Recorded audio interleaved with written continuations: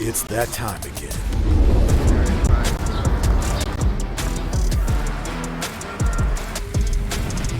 Welcome to the stage. Oh yeah.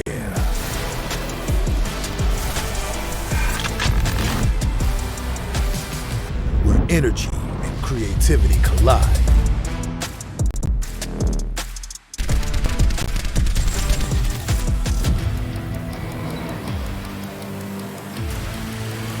Here we go.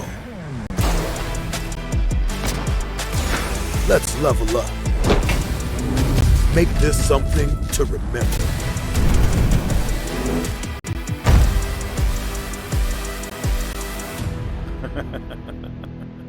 All right.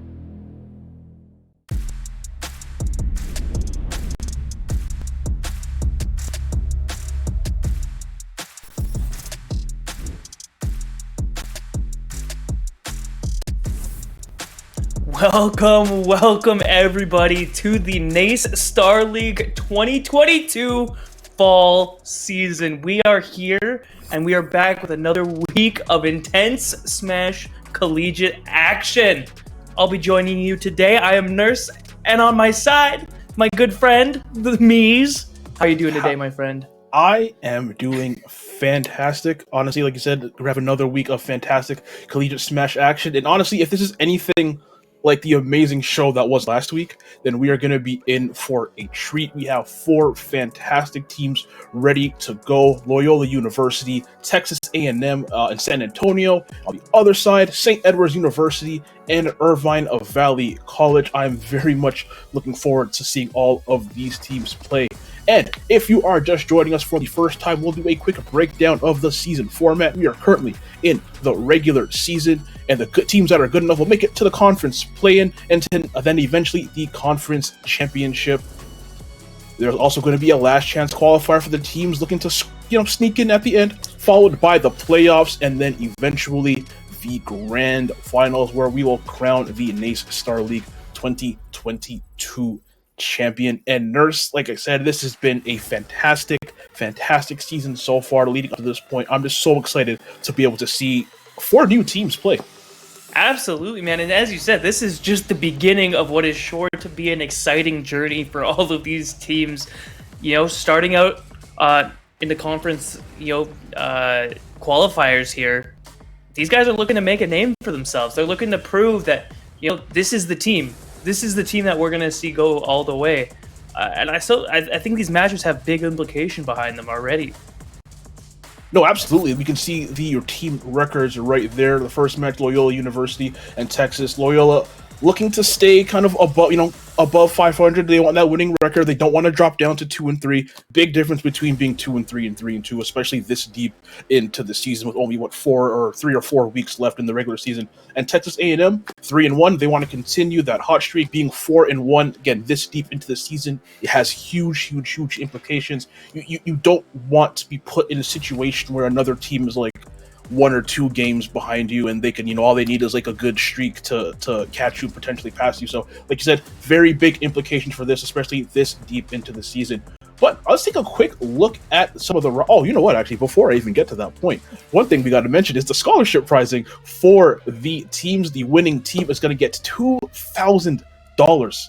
The second place team $1,000, and the third place team $500. And as somebody, and I'm sure, Nurse, you are very familiar with this too. Yep. Students, I'm a student. I know you are too, or you just finished. Yeah. We know how expensive stuff can be. So that $2,000, that's like what, 1 textbook nowadays. That's enough that can go. It's something. It's something, and it's going towards a good song. Yeah, especially someone who just finished and just started again. It's the cycle begins anew. But we couldn't do this without the help of our great sponsors. Number 1 on here is Extra Life, coming in, changing kids' health to change the future. You can join their super page team today, guys. Extra Life is a great organization, honestly, and they've been doing it for a very long time. If you're able to join like local Extra Life events or other events, always I say you got to do it, man. You got to do it. Absolutely. And we're also being helped out by Duncan. NACE Star League runs on Duncan. Click the Twitch channel below to find a Duncan near you. Again, thank you so much to all of those people, especially Extra Life, Corsair, Monster, BetterHelp, Duncan, and Mavix. Had to shout out those other sponsors as well. Would not be possible without them. And Nurse, I know you haven't been here the last couple of weeks. Yeah. But yeah. just like the amount of talent in these I know you've done collegiate tournaments before. The amount of talent in these collegiate crew battles is absolutely outstanding. And if you're unfamiliar with the crew battle format, teams of 4 complete the crew battle. Stocks carry over 2 from each match, and it is going to be a best of 3, which means that each team has to win twice. And I think the biggest thing here and the biggest difference between a crew battle and a normal set is the stocks carrying over to each match. The amount you win by, if you do win, is it matters a lot. It matters a lot. There's a big difference between 3 stocking somebody and winning with 1 stock. That 2 stock difference could mean, could be a win or a loss in the end for you. So that's the crew battle format. Looking very much forward to this. And one thing that me and Dak kind of talk about week to week is how schools build their teams, as we do see the first teams right here. On the left side, Loyola University, Kmart, Moonlight, Booski, and Jeep. And on the right side, we see Sabuza, that is the Seabass, Edge, Noodles, and Canty. And one consistent theme we have seen throughout the weeks is a lot of these teams, they have that 1 or 2 players that they really build their team around. That 1 or 2, like the ace of their team or the anchor of their team. And then they fill in those last spots with talented players that are meant to kind of just cover the weaknesses that their best players may have. So I'm hoping we kind of get to see that again. I'm really interested to see how these teams build their rosters. Totally. And when you have a 4-man format like this, just like you said, if you have 1 or 2 really strong players, because of how the crew battle format works, and because stocks carry over, it gives singular players chances to kind of take control of the crew battle, right? And so by filling in the gaps of players where matchups might not be as strong or where there might be a little bit of inexperience, it allows these players to take over the crew battle, right? And once they've given you a lead or once they've given you a little bit to go on, you can come in with the finishers. You can come in with the hole pluggers, and so to say, and you can clean it up. I think that's really interesting. And at the bottom of the screen, we see the predictions: Texas A&M, San Antonio. I mean, the 3-1 record.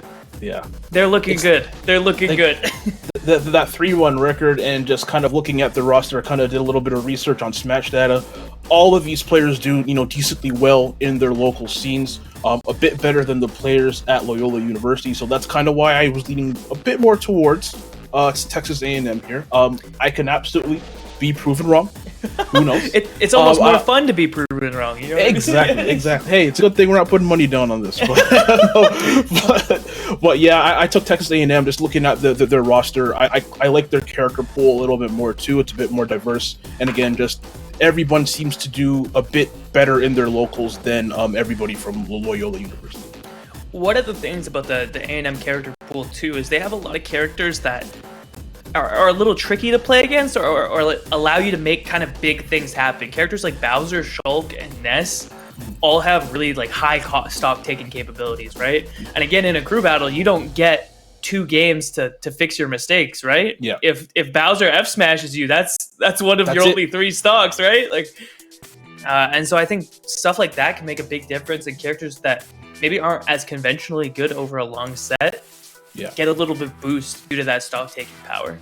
And I'd say, kind of to further on that point, one thing I love about crew battles is you'll often see characters that you don't see in standard 1v1s be absolute killers in crew battles. K. Rool's a big one. I've done enough crew battles to know that K. Rool is an S tier crew battle character. Bowser, another one able to take stocks basically at will. And then you have other characters who aren't quite as good. That might be better in singles, like a character like a Pikachu. One of the best characters in the game in singles, not the greatest in a crew battle, just because of how often that character can get KO'd. Other characters as well, like Joker, same thing, kind of a similar stance as well. Just great in 1v1s, not as great in crew battles. But then you have characters that kind of carry over between both. You have your Rob, you have your Steve. Yeah, your Kazuya. You know, course. those characters Yeah, that of are course. no matter what format you throw them into, they're gonna absolutely dominate. So again, it's gonna be, we don't know who everyone is gonna be everyone is gonna be playing here. We have a general idea of the team makeup here, but for the characters or for the players that we don't know, I'm really interested in seeing who they're gonna play. Funny enough, we have not had a single Steve on broadcast yet, and I'm very shocked. I know how much you love lucky Steve. you, I guess. I know how much you love Steve, Nurse. Know how much you love Steve. That's interesting. Yeah, Steve and Kazuya are two of those characters that super benefit from this format as well. Yeah. Just because of the variety of playstyles they have, but also because of just the pure stock taking power that they have. It's hard to, you know, go into a format where you only have 3 stocks and you got to make the best of it. And, you know, you get Electric Wind, God Fisted, and that's one of them. That's basically, yeah.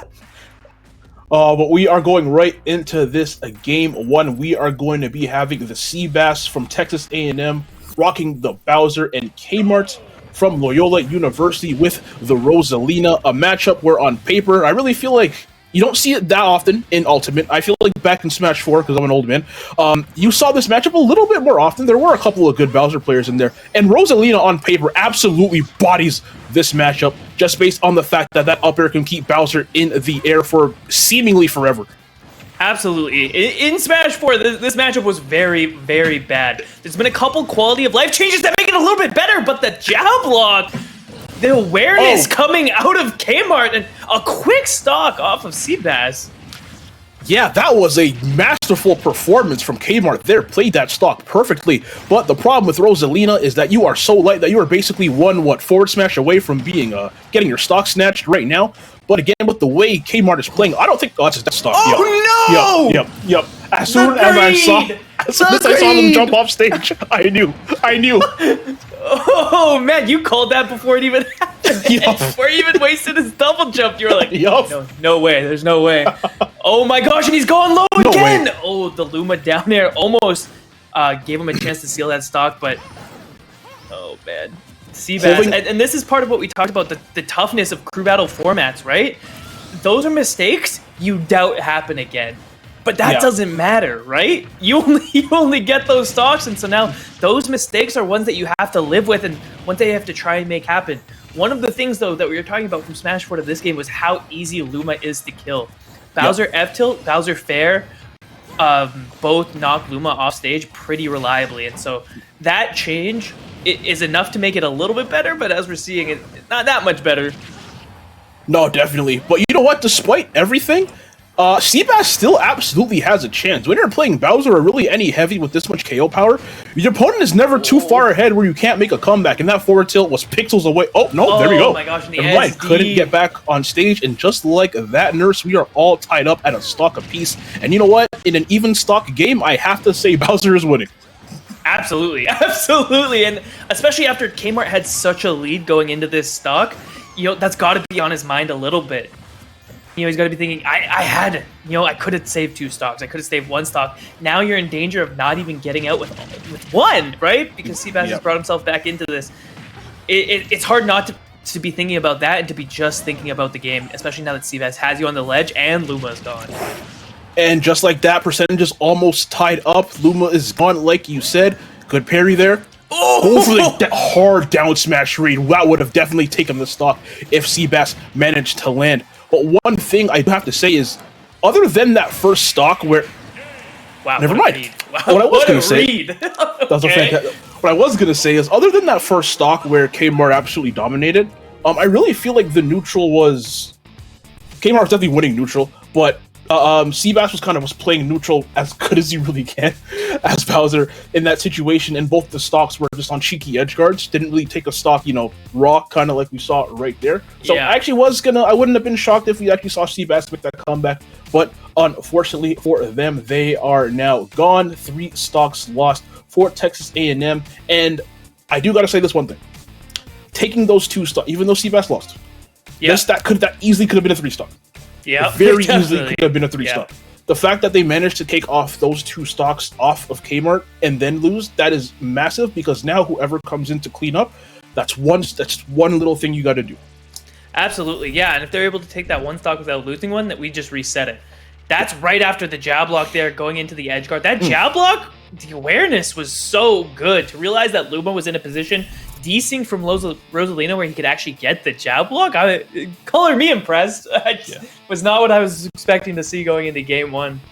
Yeah, definitely pulling off some like training mode combos. You ever watch like an ease off video and you're like, damn, I could do that in training mode, and then you go in and try doing all the Rosalina, jab block, desync stuff. Yeah, I've tried that before. I'm not good, but like, yeah, we definitely saw some really cool desync stuff there, which I feel like you don't see as often anymore because a lot of Rosalina players, well, the few that exist, they kind of just like to go for the simple stuff, the simple jab into up tilt into up air, stuff like that, which, hey, totally fine, all fantastic moves, but I love to see the desync stuff every once in a while. Yeah, one thing I wanted to bring up, especially going into, the best of 3 and potentially, CVAS having to play that matchup again, is, he did run up full hop fire breath. Yeah. Multiple times. Yeah. And he lost his stock for it twice. And so that option for Bowser, weirdly enough, in this game is not a bad option, right? If you're able to land right in front of someone's shield with Fire Breath, it'll whittle down their shield to the point where it pokes and you'll get about 15%. If they don't shield, you're getting 40. It's nice, right? The risk reward is generally in your favor. The problem with doing that in a matchup like this is Rosalina can still control Luma while she's getting hit with Fire Breath. All right, and so multiple times we saw the Fire Breath whittle down Rosalina's shield, but Luma was able to convert, right? And both times that happened, it actually sent Bowser off stage and led to 1, the Gimp, and 2, the F Smash, right? Those are huge moments, and it's stuff like that where you need to realize that it's not working the first time. Yep. And here we go right into this game 2. Who is Texas going to send out? And they are sending out the Pink Falcon. The Pink Falcon. Noodles, there you go. Is that Noodles? Noodles. Yep. Noodles, the Captain Falcon. Interesting. Ooh, I was going to say very interesting as well. Despite Falcon and Bowser obviously being very different characters, I feel like to a degree they both kind of struggle with the same thing, which is landing. which is what Rosalina absolutely can eat you if you can't land properly. Rosalina will absolutely destroy you. So I'm just kind of wondering how this is going to go, but it is only one stock Noodles has to take though. Yeah, one of the big things for Falcon in this matchup, again, is how easy it is to kill Luma. In this instance, with dash attack, it's very, very easy to get Luma off stage. Ooh. The other thing is both down air and up B are really good at gimping Rosalina, and so it's kind of a matter of who gets advantage state going first, right? Is it going to be Kmart or is it going to be Noodles? Because both these guys have super explosive advantage states, and I think the bet here is that Noodles is just going to be able to win neutral one more time than Kmart is, and be able to close out just the stock quick. Ooh, the problem with like a high risk choice like this is it can go very wrong. Yeah. And it honestly might be going wrong for Noodles right now, already at 114%, while Kmart only at 54%, and that might be a stock right there. No, not quite, but that sure was beautiful. Kmart's actually clean. That was Luma back air into Rosalina down smash.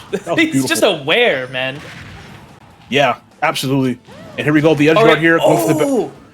And so what Noodles could have done there to cover more options is actually wait and then reverse up B. Rosalina doesn't have anywhere to go in that instance, and he might have been able to secure the kill, but instead just going for a back air. And here we go, the Luma desync. Oh no, calling Luma right back. Falcon, Noodles at 158%. Oh, wow. One down smash, and getting hit the opposite way with the down smash, and that is now 4 stocks taken for Kmart. Honestly, they've done their job at this point. I always say if you take 3, then that's great. If you did 4, that's just extra credit. Absolutely, you did more than anyone needed you to do. But, dude, Kmart's Luma control is actually really impressive. We're seeing multiple times they're using the jump and their aerial drift to actually place the desynced Luma right on the ledge. And both times, Noodles was actually not aware for how little end leg that had and went to punish Rosalina, not knowing that Luma was still going to be able to punish him. Now getting a little antsy with air dodge, and Kmart more than willing to punish! Is this going to be 5? Is that 5? Oh no. My god, Kmart on 1 stock left. Oh no, that's it. Another chance to use up B, but instead going for the back air, and he's gonna pay with his stock. He just saw that happen to Seabass. Help! Help! Nurse. Nurse. Why? Why? I need somebody help. Why? Not just anybody. Oh, hello, darkness, my old friend. Oh my goodness I need gracious! someone. That was like perfect from start to finish. From It was Kmart. clean. It was All you clean. had to do was just survive, hang on to one stock, and as Rosalina, a very light character against a character like Captain Falcon, who has tons of kill power, like you said, dash attack, back air, has a ton of move, forward tilt, I think as well, a bunch of really good moves to get rid of Luma. Kmart played that to damn near perfection, and I think we're gonna see This the Luma gimp with the kill jab. off the side, This is the the jab falling gimp. jab, yeah. There's not a lot Incredible. Falcon can do about that, especially once he's committed his double jump. He has to go high there. Yeah, and especially because Falcon has no hitbox on the up. Yeah, it's a grab, but because they have no hitbox, they You can't grab contest it. Luma. Yeah. They can't contest it, and that's basically just a free stock right there for Kmart. Oh, but man, let's talk about Kmart. That's 6 stocks. Six Easy. stocks off of 2 characters that are relatively heavy and have a ton of kill power, and Bowser and Captain Falcon. And I was certain that they were going to lose at least 1 stock here. I was like certain they were going to lose a stock. And here's the thing. This is what hurts about it is we saw opportunities, right? I pointed it out in game. If he had committed to an up B instead of the back air on multiple edge guards, he would have been able to take that stock without even losing one. And so it's about those little opportunities, those little maybe matchup infamiliarities. Rosalina is a weird character. We don't see her very often. Mm-hmm. They make the difference, man. And, those, again, are adjustments maybe you make in game 2, game 3. Mm-hmm. There's no time. There's literally no time to have your 3 stocks, like you said, and that's it. As we get into game 3, will Kmart continue their absolute rampage through Texas A&M, or is someone finally going to stop them as we get Kenzie the Ness, another character that can be gimped very easily? Yeah, I was going to say, what's tough about this is this matchup is generally considered really bad for Ness. Yes. It's universally considered bad for Ness. If Ness has to up B, Rosalina will kill him. Rosalina's down B snipes PK Thunder from so far away that the move becomes effectively unusable. And if Kmart actually hadn't committed to a down tilt at the ledge, he could have just taken that stock.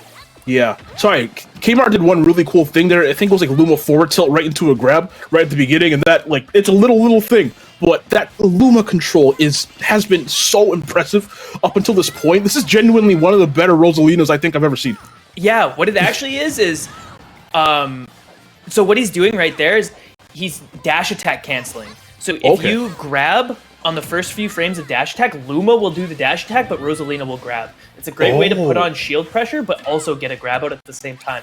What he did right after that was he did the dash attack and then jump cancel air dodged it to put some distance between him and Luma without desyncing it. That awareness and amount of control is absolutely incredible from Kmart, which is why they're on the verge of potentially taking their 1, 2, 3, 4, 5, 6, 7th stock. I have to count for a second. 7th stock of the match, unless A chance. I think you're fine. Yeah. No, just missing the yo-yo. A little further off stage would have done the trick, but this is the best shot that it's looked like Texas A&M has had so far. They need to take this stock without losing another one. At 144%, it's a big ask and getting a little greedy at the ledge. And the Kmart is always ready, man.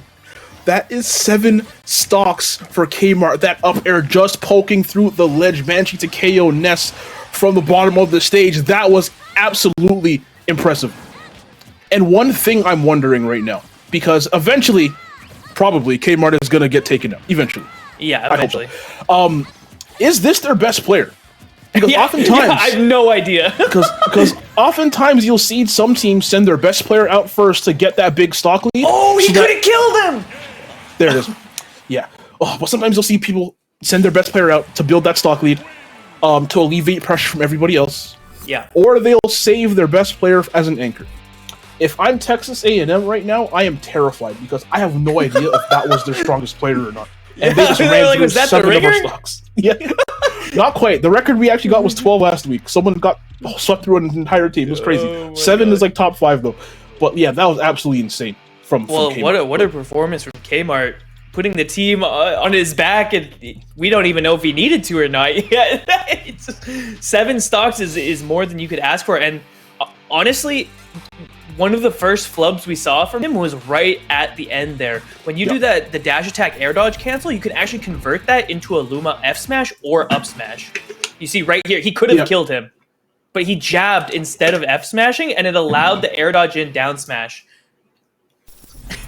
Oh, but anyways, either way, Kmart finally going down to Canty's Nest. Now we have on Loyola University, we still have Jeep, who I think plays Luigi, if I found the right Jeep.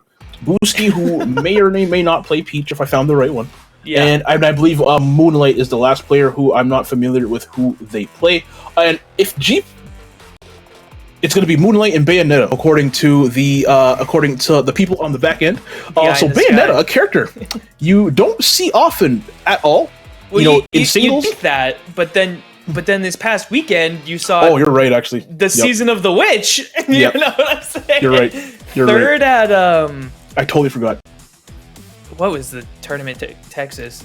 Low LTC, something. Low Tech City. Yeah, they keep calling it LTC something weird. Yeah.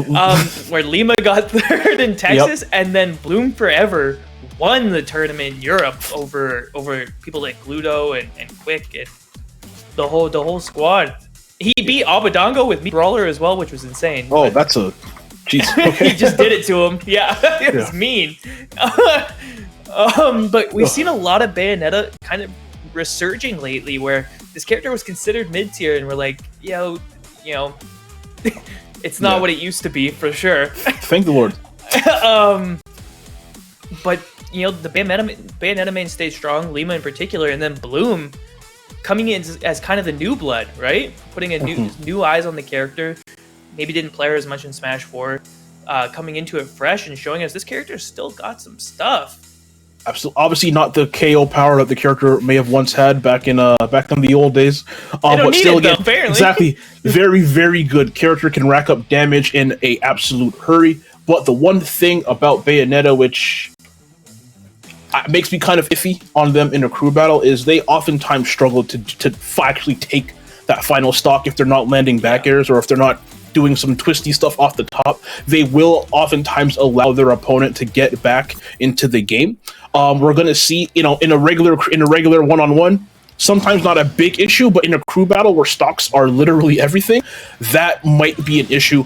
But Loyola does have a 4-stock lead, which does alleviate some of that pressure. And I think that's probably the wrong stage, I'm assuming. But yeah, they do have a 4-stock lead, does alleviate some of that pressure. So I'm really excited to see what Moonlight could do with Bayonetta here. Yeah, it's really interesting too, because depending on how good the conversions are coming out of Moonlight and how good the SDI is coming out on the other side, Bayonetta goes from not being able to kill very well to being able to kill pretty well. Yeah, absolutely, 1,000%. And so again, the Rosalina was a bit of a matchup check. The Bayonetta ends up also being a little bit of a matchup check, right? Do you know how to get out of the combos? Do you know the conversions? Are you going to be able to live to the higher percents like you should be living to? Because if you're able to get out of the combos consistently, like you said, the only confirms she has are kind of niche, right? Like up tilt back air will work near the ledge. Falling fair 1 F smash is like the most ghetto confirm ever. And just stuff like jab, right? Will end up taking stocks eventually, but that's nothing you really want to be relying on. Yeah. And you know what? It is Ness, a character who can be, kind of bodied really easily. Oftentimes you'll see when they're trying to recover PK Thunder, run off Witch Time, get a down smash off the ledge. That's a spike. You can just back air them a couple times, and they're so far away they can't PK Thunder anymore. Or like you even hit them with one quick little one-hit forwarder. And if they already burn their jump, sometimes that pushes them just far enough away where PK Thunder can't quite do it. As we finally get into this game, again, it is going to be Moonlight with the Bayonetta and Canty with the Ness, and we are on a small battlefield.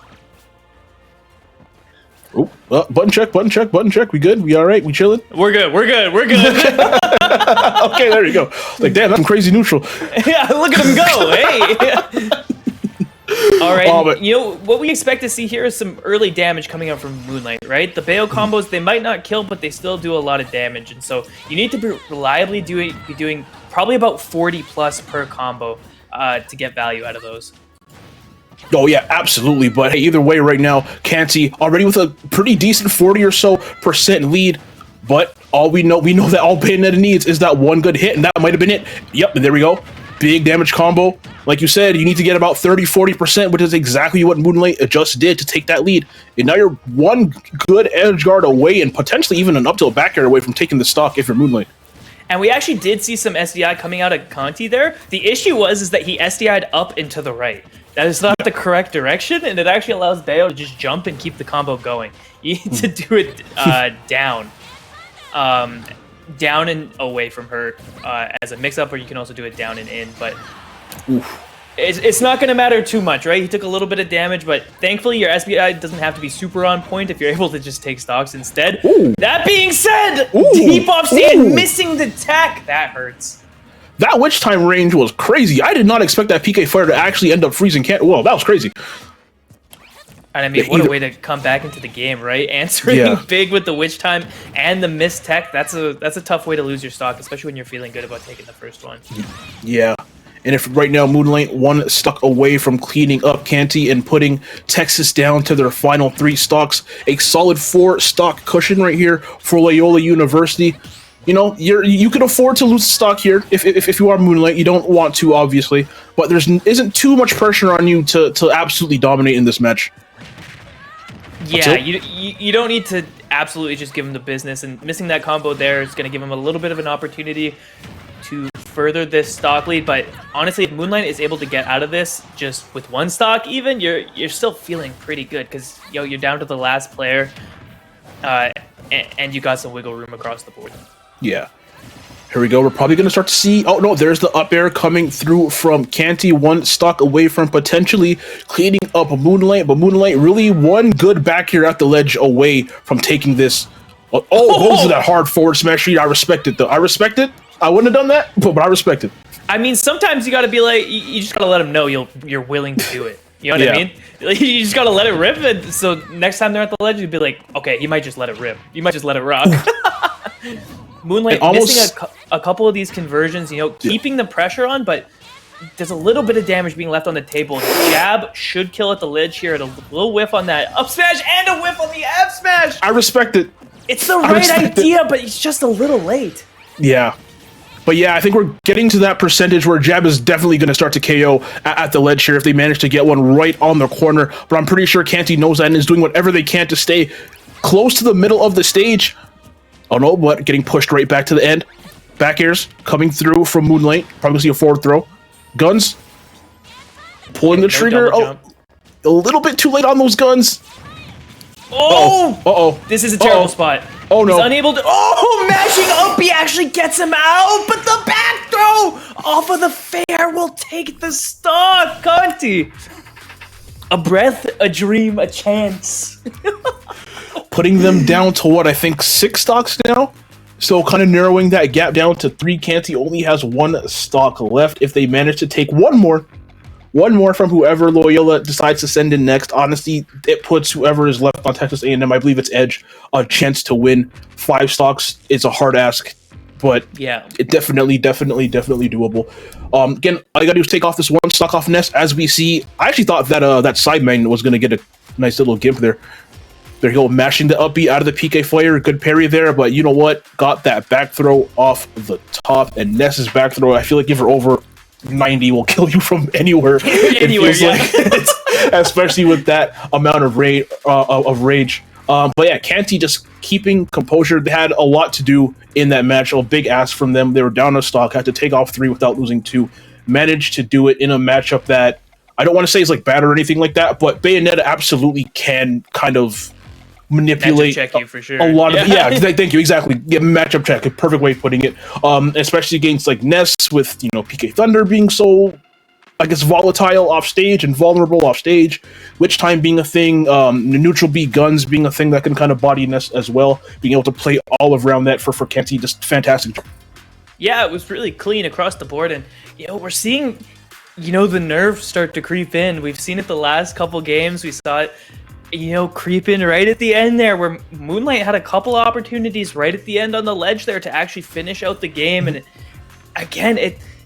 you have to talk about the mental side of things when you get into these games, right? It's not all matchups. It's not all, character based. There's people behind the sticks here. and we got to talk about how they're feeling, because that affects the outcome almost just as much as the character does. And I think we're seeing a really good job out of the San Antonio players realizing they're still in this. They still got a shot, right? As we get into this last game, it is going to be, I believe that's Jeep with the Luigi. I believe that's Jeep. Yes, it is. Yes, it is Jeep with the Luigi. A character, very good in this format. Yes, that's yeah. I'm trying to figure out a nice way of saying it. Very good in this format. If you're unfamiliar with how Luigi plays, you are going to see a lot of grabs come out from Jeep, because all you need is one. Oh, okay. All Luigi needs is one grab on you at low percent, and to not drop the combo in your stock is basically forfeit, which is what makes this character pretty decent in the crew battle format. But if they don't get that grab, I don't want to say Luigi's useless, but they will definitely struggle. Yeah, a big part of their game plan is definitely surrounding the grab. That's where the damage comes in. That's where the kind of the volatility comes in. And no jump here. Oh, he saved him. That's it. Oh no, you saved him! No! Oh, again! Oh my goodness, Canty! All you had to do was not push a button, and you would have taken a stock. And now you might lose one. That's probably he's in a terrible spot on stage. It. He actually snipes the jump with the fireball. Are you kidding? What? Oh, that hurts. All Canty had to do was not push a button. Just not push a button. And they would have taken another stock, but that reversal from Jeep, absolutely masterful, getting the snipe with that fireball, going off stage against Ness. Nurse, you good? Do you need a nurse? You alright? I feel like I ate sour candy. I don't like that. Oh, yeah, getting that snipe with the fireball. Oh my Challenging Ness off stage is like such high risk, high reward. Because if you're even a fraction late, you can get absolutely just blown up. But if you're like Jeep and you time it just like that, that is a quick stock and easy stock. And are we gonna get a chance to see that again? Yes, we are. Yeah, we are. This fireball snipe was crazy. That was so good. that was he didn't even go off for it either. He was just like, yeah, I gotcha. Eat that. You know what? Because Jeep knew that they got saved. So they didn't even want to risk. They didn't even want to risk. Hey, I did this to you. I'm gonna wait to see if you come back. If you do, cool, whatever. If you don't, Godspeed. Yeah, exactly. But yeah, Canty just saving Luigi, saving Jeep like what 3 times? It feels twice, like twice. Twice, because he actually got him off stage with no jump. I don't know. Here's the problem: he might have not realized that he had no jump. Yeah. And in that instance, right, he's just juggling him, right? He's just juggling him. He's trying to put some pressure on. We knew he didn't have a jump, but we don't know what the players saw, right? It's possible to miss that. And so, yeah, unfortunately, saving him twice, giving him opportunities to get back. And honestly, ever since Jeep got that stock saved, it just looked like something switched in his mind, right? You started playing a little fast and loose. Yep. You know what I mean? He was like, I shouldn't even have this stock. Let's just let it rip. Let's go. You ever have like a near-death experience and then like have motivation to like completely change your life? Basically, that's what we saw right there.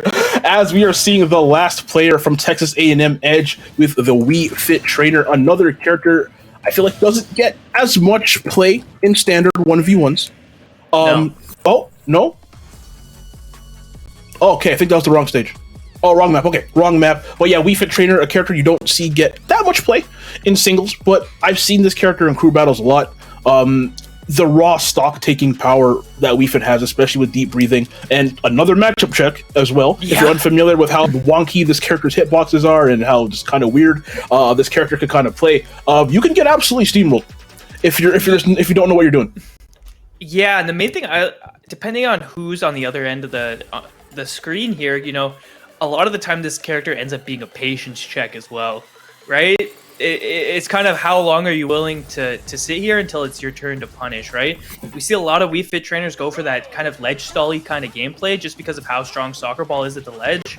I'm wondering if we're going to see Edge do the same thing and just try and keep his distance here. It's looking like, yeah, if he's playing this reserve while deep breathing's up, I don't want to see him when it's off. And just doing their best to not get grabbed once. Because like we said, Luigi, one grab if they don't drop the combo, that's your stock. I'm not sure what the percentages are to where that stock is still true. I mean, for that combo is still true. But I have to feel like around 48% we might be getting out of that range. Yeah, on Wii Fit Trainer, it would be roughly 0 to 10 is when 0 to 10? Okay. The true 0 to death. The problem is once you start getting to that 60-70% range, you start getting down throw up B being true. And so you're still at risk of losing your stock. And then once you get to that, 110, 120, 130 range, you're getting down throw down B. And so oh, true. Luigi has stock taking potential off a grab most of the time, and that's why we're seeing Jeep so committed to going for these grabs. It's just, risk reward wise, it's worth it. And while Wii Fit Trainer doesn't have deep breathing on, what's the worst she gonna do to you? F tilt? Like, yeah, exactly. Who cares? Yeah, forward tilt right there, almost getting the KO. Misfire to get back. Oh, ooh. Re-grabbing the ledge there might have been dangerous. That's probably a stock. Oh no! Fantastic mash coming through from Jeep to get out of that berry. Hanging onto this stock at 133%, and still no deep breathing coming through from Edge. Up smash is going to take a stock, and now, yeah, suspect. Very suspect. It was pretty bad. If you see someone fly straight up off Luigi's up smash, they weren't DIing quite properly. The problem with Wii Fit Trainer, and as we just saw, is if you don't have deep breathing on, she has to kill with pretty much a raw hit, right? Yeah. And we see those raw hits don't actually kill until pretty late, not taking Luigi out until about 144. And so Wii Fit Trainer has to play a way more careful game than Luigi, who has kill, combos on at pretty much any percent. Yeah. And I think we're at the percentage where you said, like down throw into up B might be a thing around now? Yeah, or up tilt up B. Both of them up tilt up B, okay. Around now. Once he gets to, about 90, 95, it'll be a little late. You won't be able to do it anymore, but you're just approaching down throw, down B range, right? And so it's like the seconds of reprieve before just another kill confirm is online. And with that amount of rage, it might actually just be online. Okay. I feel like we're going to start to see Edge looking forward tilt. Yep, forward tilt right there. Two of them. Both missing. That's a third, but deep breathing ran out right as that forward tilt was about to land. So not enough juice on that to actually get that KO. Edge hanging onto the stock for dear life right now. Texas A&M down to their final two. So Edge is their last hope as deep breathing is back online. What's the Edge right here? Down tilt into the plunger. Couldn't quite get anything, but fantastic roll read into that up smash. Yeah, and one of the things, one of the big negatives about that ledge press... Does he have it? Does he have it? Does he have it? No, he doesn't. Okay. Edge, very thankful he's alive, but 70% not where you want to be, especially on the last stock of Texas A&M. How are we going to do this right now? Yeah, like you said, 76% last stock. Forward tilt. Insane. There it is. Insane ledge option from Jeep. Literally... Yeah.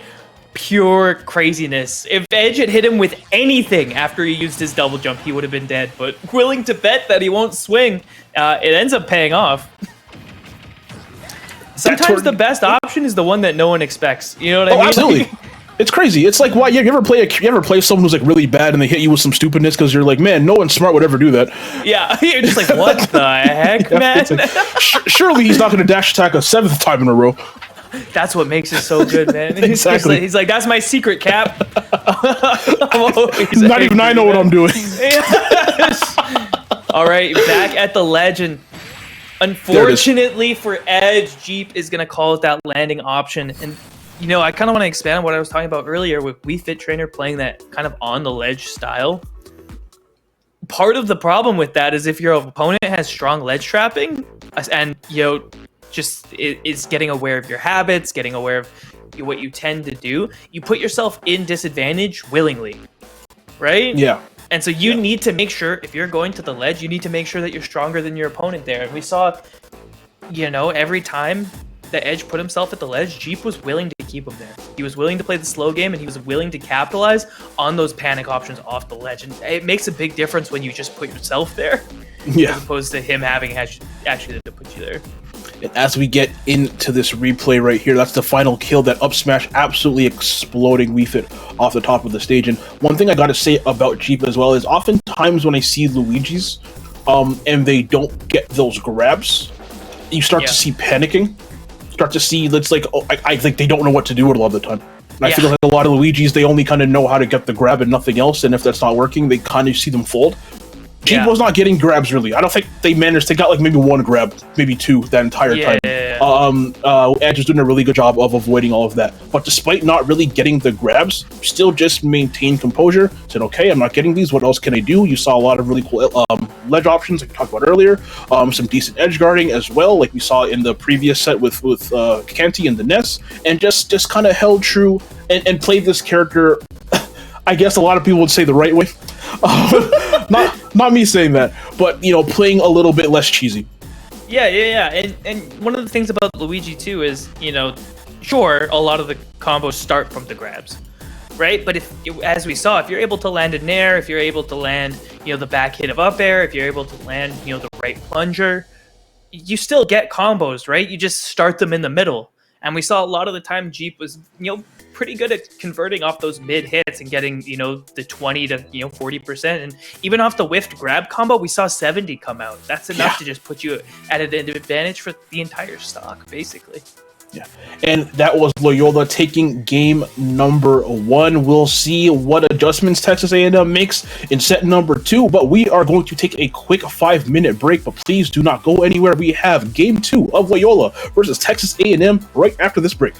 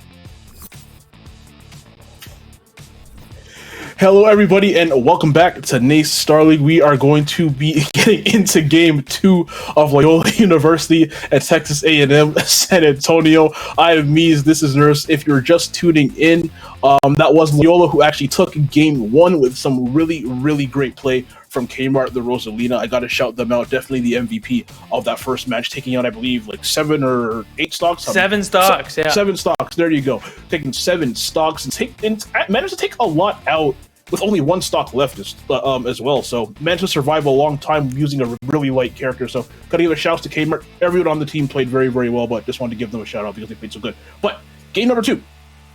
We already have the first players that are going to be going in on the side of Loyola. We have Booski the Olimar versus Pick Pack the Pac-Man. That is a tongue twister. Say that 5 times. Yeah, Pick Pack the Pack.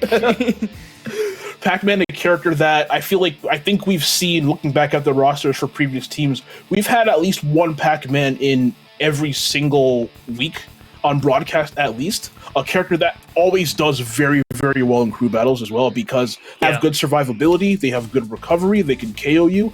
They don't rely too much on one thing, I guess, to kind of KO you. They have a lot of options. So a character that you're going to see very often in crew battles, and they oftentimes do very well. As we get into game 1, Booski the Olimar, Pick a Pack of the Pac-Man. Let's see if Loyola New Orleans can clean this up, or if Texas A&M can get themselves on the board. Yeah, and this is worth mentioning. Pick Pack is a sub for Texas A&M. He was not in the previous crew battle, so they subbed him out. They obviously saw something where they were like, Pac-Man, that's got to be the option. Yeah. And definitely not a bad pick. Again, like I mentioned earlier, Pac-Man is really good in crew battles, can survive for a decently long time because of how good the character is defensively, and almost are pretty much just as good offensively as well. Can take your stocks really early, especially if they're landing bells.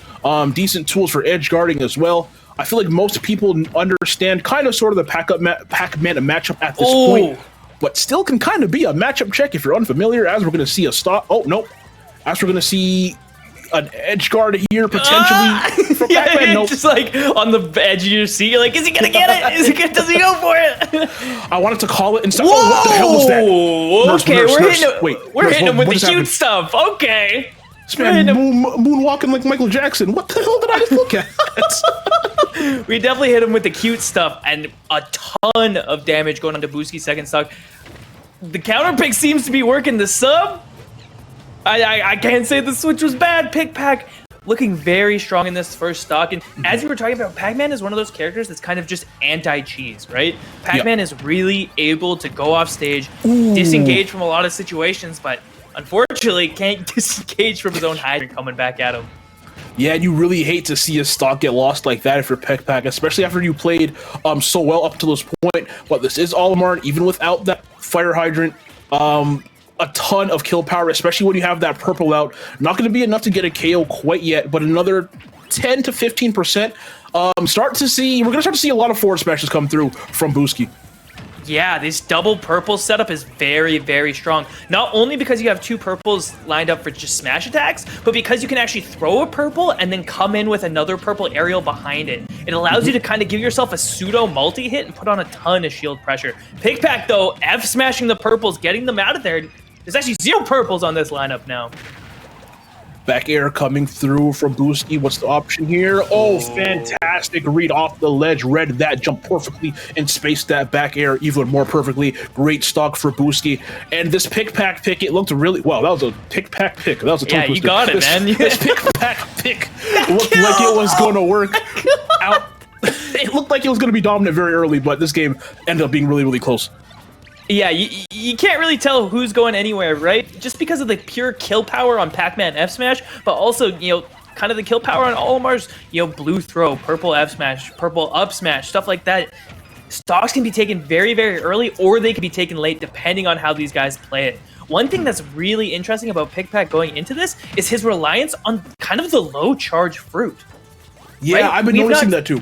We've not seen a single Galaga come out, which is oftentimes Pac-Man's strongest combo tool. Instead, Pick Pack opting to go for like cherries, strawberries, and apples for the most melons, and no bells either. I think we saw like maybe 1 bell early on. Oh, and there's another one right on cue.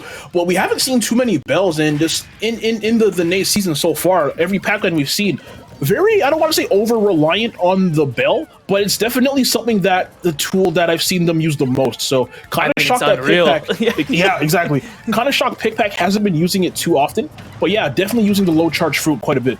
Yeah, it's interesting too. Pickpack, one of the more aggressive Pac-Mans I've seen. He's really trying to engage with Booski here. I don't know if I'm a fan of it, right? One of the things that makes Pac-Man strong in that matchup is he can put Hydrant down, stand behind it, and Olimar can't throw Pikmin at him anymore, right? Yeah, at that point, all they can do is forward smash. Right? They have to go break the Hydrant before they can keep, coming to get you. And so you're able to set down the Hydrant, start charging, have a Galaga, have a Bell, have a Key, have any of those pretty much all the time. And then you take those kind of neutral interactions or advantage interactions on your own terms. Instead, we saw the cute stuff, right? We saw the back air up smash, it went the other way. Okay, you got him. That's pretty cute.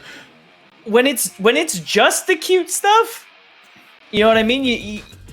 There's a level of fundamentals you need to fall back onto. And again, that aggressive, Pac-Man can stall a ton off stage. There's no real need to come back onto the stage aggressively. You just don't really have to do it. And Booski was willing to, after he kind of got the flow of the game figured out and got, the play style figured out a little bit, was very willing to capitalize on it. And one really good point you just made, I really feel like Pickpack was relying too much, on the kind of cute stuff. Sometimes when you're, playing a character that has things like that, cool stuff like Pac-Man, you kind of get lost in the sauce a little bit. You try too hard to land the cool, look at how cool this combo is type of stuff. When you're playing a character with like Pac-Man who is just so fundamentally just so solid, I feel like falling back on those fundamentals oftentimes and then kind of using the cute stuff just as a little treat is the best way to kind of play the character. But you can't be too over reliant. It's similar to Luigi actually in a sense where you see sometimes Luigi's will rely too much on getting those grabs. And then whether they're not getting the grabs, you see them kind of fall apart. Didn't happen to Jeet, but just other Luigis. And I really feel like Pac-Man, but Pickpack was kind of in that same realm where they were trying to do too much cool stuff that they missed opportunities to just get safe, consistent, solid damage and to just stay alive a little bit longer. Yeah, 100%. And it works. It goes for most characters that do stuff right. Yeah. Like it's easy to get lost in the sauce of, oh, I just learned this thing, or I've been doing this thing, and oh, he's never going to expect this. And while you're right, you do also have to play the game at some point, right? And if you look at a Pac-Man like T, I mean, obviously he's the best at it, right? You see very solid fundamental gameplay, but when he's struggling to take a stock or something's not going his way, that's when he busts out the weird stuff, right? And the weird stuff isn't because he needs it, but it's to throw his opponent off enough that the fundamental stuff just keeps working, right? And so they kind of have to work in tandem as opposed to just one dominating the other. Yeah, you can't really rely on too much, but I feel like if you do have to fall back on one, like just being safe and just falling back on fundamentals typically is the way to go. I feel like a lot of characters, oftentimes you'll see, you probably know what I'm talking about. You go on on Twitter, and you see someone post a Smash clip and the whole thing's in a different language, and you're like, oh man, I already know this is going to be some fire stuff. Yeah. I feel like a lot of time we see people start to fall into trying to do that. Yeah. Kind of cool, Twitter clip combos or Twitter clip stuff. Like we saw a lot of like Pac-Man there where Pickpack would drop Fire Hydra and then up smash it so it goes behind, and like, wow, that looks really cool, and it worked once. But I feel like they were trying to do that too much instead of just playing it safe. But hey, either way, we are getting on to this game. It is going to be a Booski of the Olimar against Seabass, one of the best players, if not the best player, I feel, from Texas A&M. Did decently well against the Rosalina in a matchup that is pretty booty, to put it lightly. So we're going to see what they can do against Olimar here. Yeah, this matchup can also be tricky, but one of the nice things about this matchup for Bowser is up B, right? It does a great job at getting the Pikmin off of him, but it also does a great job of punishing Olimar out of shield on things like up smash and F smash if it's close enough. So there's tools Bowser has to make this work, especially if Booski is not, playing just really clean. And as we talked about before, the full hop Flame Breath is gonna work a little better against Olimar than it did against Rose. just a little bit. As we see those forward tilts off the ledge, not quite enough to get it, but Oh, that side hello. B DI, we call Okay, Booski said I got I got somewhere to mine. be. He said I got mine. I got mine. Where I'm from, we call that Mario Party DI. You ever play Mario Party and you play those games where you gotta grab the stick and like spin it around and stuff like that? We call that Mario Party DI. Booski said, "I'm out. I got a date to catch." But yeah, that DI a little bit suspect there on that side B, as we're gonna see it probably right now. That KO'd at what, 80-something%? Yeah, I mean, come on. Yeah. So this move, it can be yeah. it can be weird to DI, because you're trying to get into that corner, right? Which means sometimes you have to DI up a little bit, sometimes you have to DI straight out a little bit. In that instance, it looked like Boosty DI'd out a little too much. Yeah. And just went into the corner. The problem is when you get grabbed in the corner like that, if you DI in too much, you can go right off the top. And so, you know, as much as moves are forgivable to DI a little poorly, that move is forgivable to DI a little poorly. Yeah, I also feel like oftentimes you're already DIing out because you're trying to run back to avoid getting grabbed or avoid getting hit, and then once you get grabbed, your finger's already pointing in that direction, so you kind of end up DIing out by accident. Happens to everybody. Either way, we're going to be having a Jeep the Luigi coming in next for Loyola University.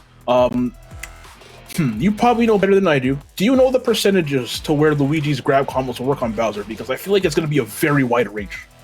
Yeah, it'll be a bigger range for sure. And you can actually do some kind of weird like half combos that still go into it on Bowser. I don't know if Jeep knows them, but they start a little later on Bowser, so it's probably going to be like 11-12% when the combos actually start killing, as opposed to like 0 to 2. Okay. But they'll probably go till about 30.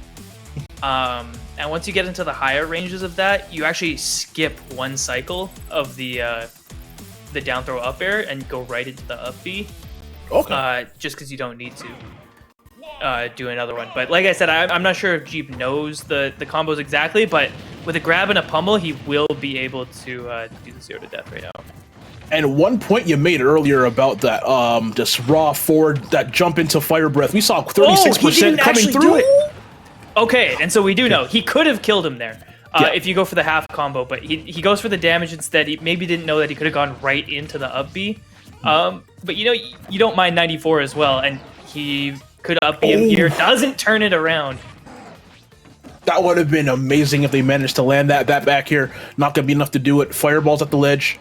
Going for the going for the plunger into down air. I thought they were gonna lose the stock. Managing to get back on stage. Oh, it doesn't down B. Would down B have worked there? I feel like down B would have worked there. It would 100% would have. Yeah, we're seeing Jeep right now a little unclean as far as the conversions go. This should be an up smash or just a back throw. That'll do the trick as well.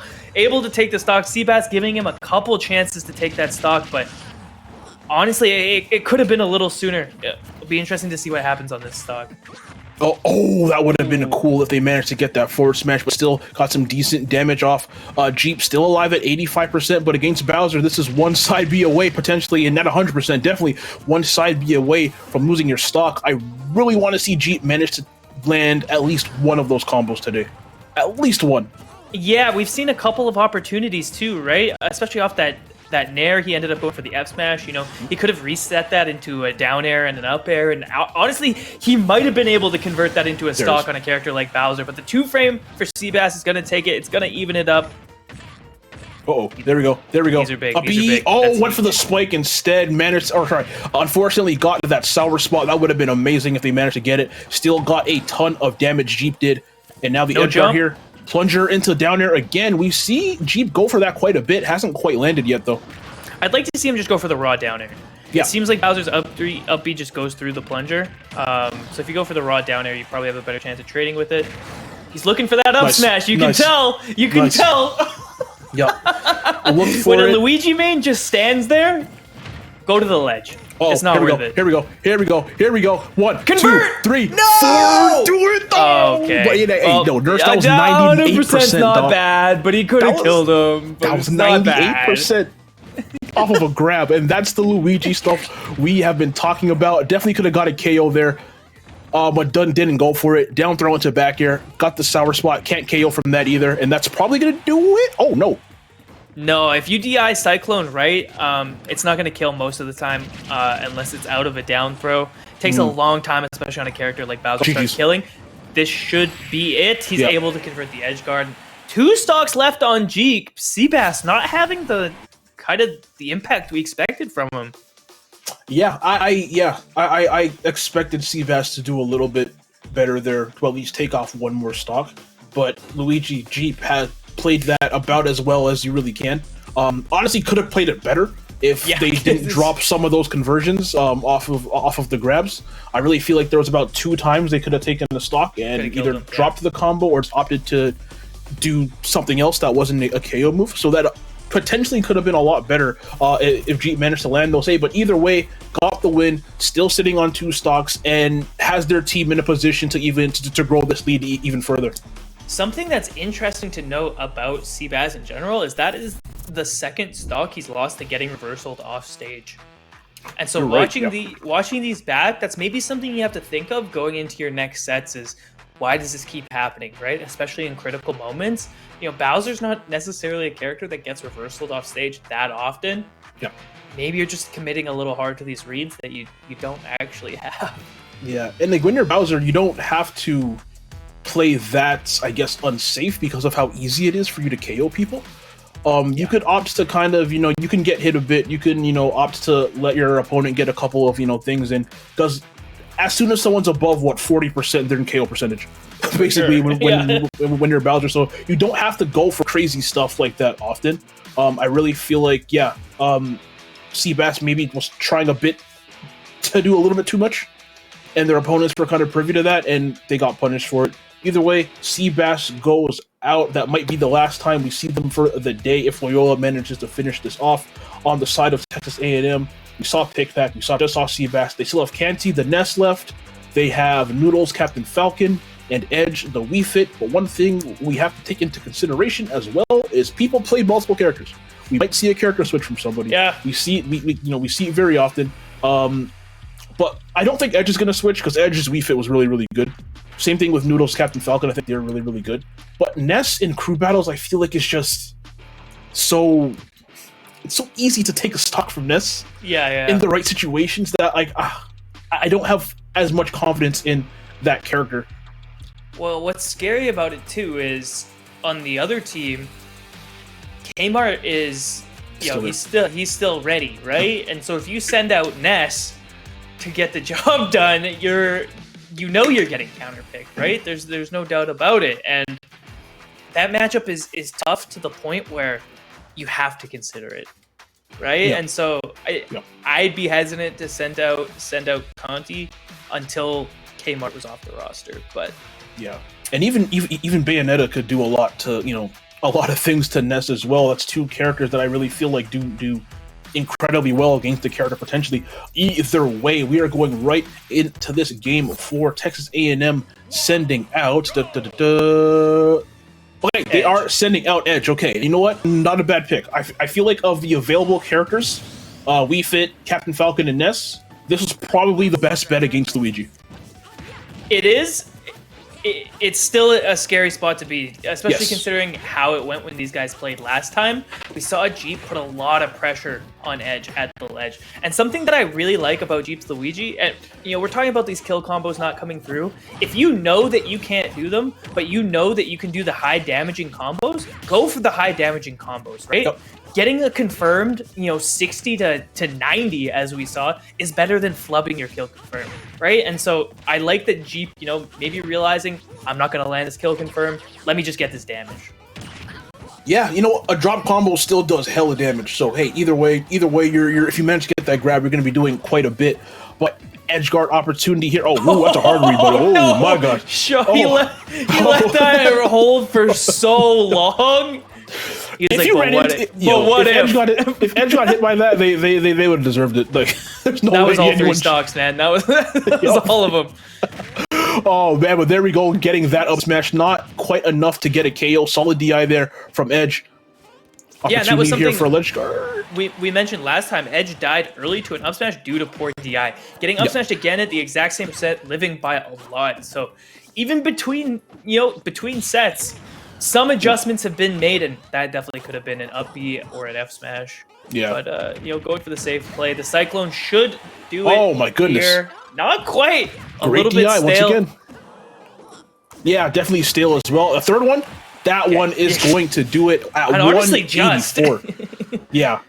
But Edge living until 184. You really can't let Wii Fit hang around that long, especially with you considering this character is a midweight, and you don't want to give them that much rage, especially if they have deep breathing available. You don't really want to let them live for that long. But either way, Jeep managing to take that stock. But at 94%, this is really a couple hits away from Edge potentially taking a stock back, or maybe just getting edge guarded. Oh my god.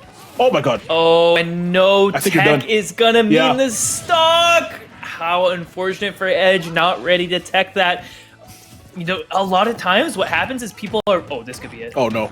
Because he got it. Could up air! Okay! Oh. Okay. And so, because he hit that right at 0, Edge wasn't actually in percent for it yet. He needed like one pummel to make that true. And unfortunately doesn't go for it. Thought the rage might make up for it, but Edge kind of thanking his lucky stars. Not too much though, because 86%, you could lose this stock any second. Yep. Almost got sniped by that soccer ball. Not to go off stage. Oh. And puts himself off stage. Oh, yeah. I feel like a theme that we've seen all day today from both teams really is teams putting themselves off stage as we see that down throw Cyclone not actually manage to get the KO. I think a lot of teams and a lot of players here on both teams are putting themselves off stage in positions where they really they shouldn't be risking that. We saw it with Bowser. We saw it with Ness. We saw it with a few characters here as Edge does manage to take that stock. And if you're Edge, you can't afford to be taking risks like that right now. Well, here's the thing. You have to take risks, but they have to be calculated risks. Yeah. Right? Yeah. You have to go and get Luigi off stage. You have to meet him out there. Trying to catch Luigi's up B on the way back with side B is really, really hard. And that's the kind of risk where, you were in a good spot when he was deep off stage. You waited too long. You need to realize that the time has passed, right? Yep. It's not worth it to go off stage anymore. And now there's no jump on Edge. He is going to get back to the ledge, but this pressure off the ledge has been so good. And no up smash from Jeep, but still at the ledge. The dash attacks from Jeep have been on point too, as that Cyclone is going to take it, and that DI going right up. And now Texas A&M down to their final 3 stocks. We still have Noodles. Man, this is a Captain big Falcon. ask. Oh no, we still got Noodles, Captain Falcon. Still have Canty the Ness. And on the other side, the thing is, Loyola still has Moonlight, and they still have Kmart, 2 fantastic players. So I feel like Kmart took 7 stocks last time, and they got 3 left. So I don't want to say it's over, but this is really looking like it's Loyola's match to lose at this point. But let me ask you though. If you're Texas A&M, do you send in Falcon or do you send in Ness? it's so tough, right? Because Luigi, bodies Falcon. Let's be honest. That matchup's not great. You can make it happen. Again, due to the volatile nature of Falcon, you can make it happen, but when it rains, it pours in that matchup. And so sending out Ness, he's a little safer. He has some zoning capability.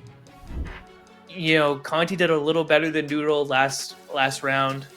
I'd probably send out the Ness, but it's not where I'd want to be. I'd rather have a Samus or a Sephiroth or something like that, where I'm like, all right, I'm confident this character does well against Rosalina. This character does well against Luigi. This character does well against Bayonetta. You need that kind of coverage, and Falcon or Ness just doesn't cover really any of them. I feel like they're both relatively linear characters. You kind of know exactly what they want to do. Ness is going to be looking for them PK fires.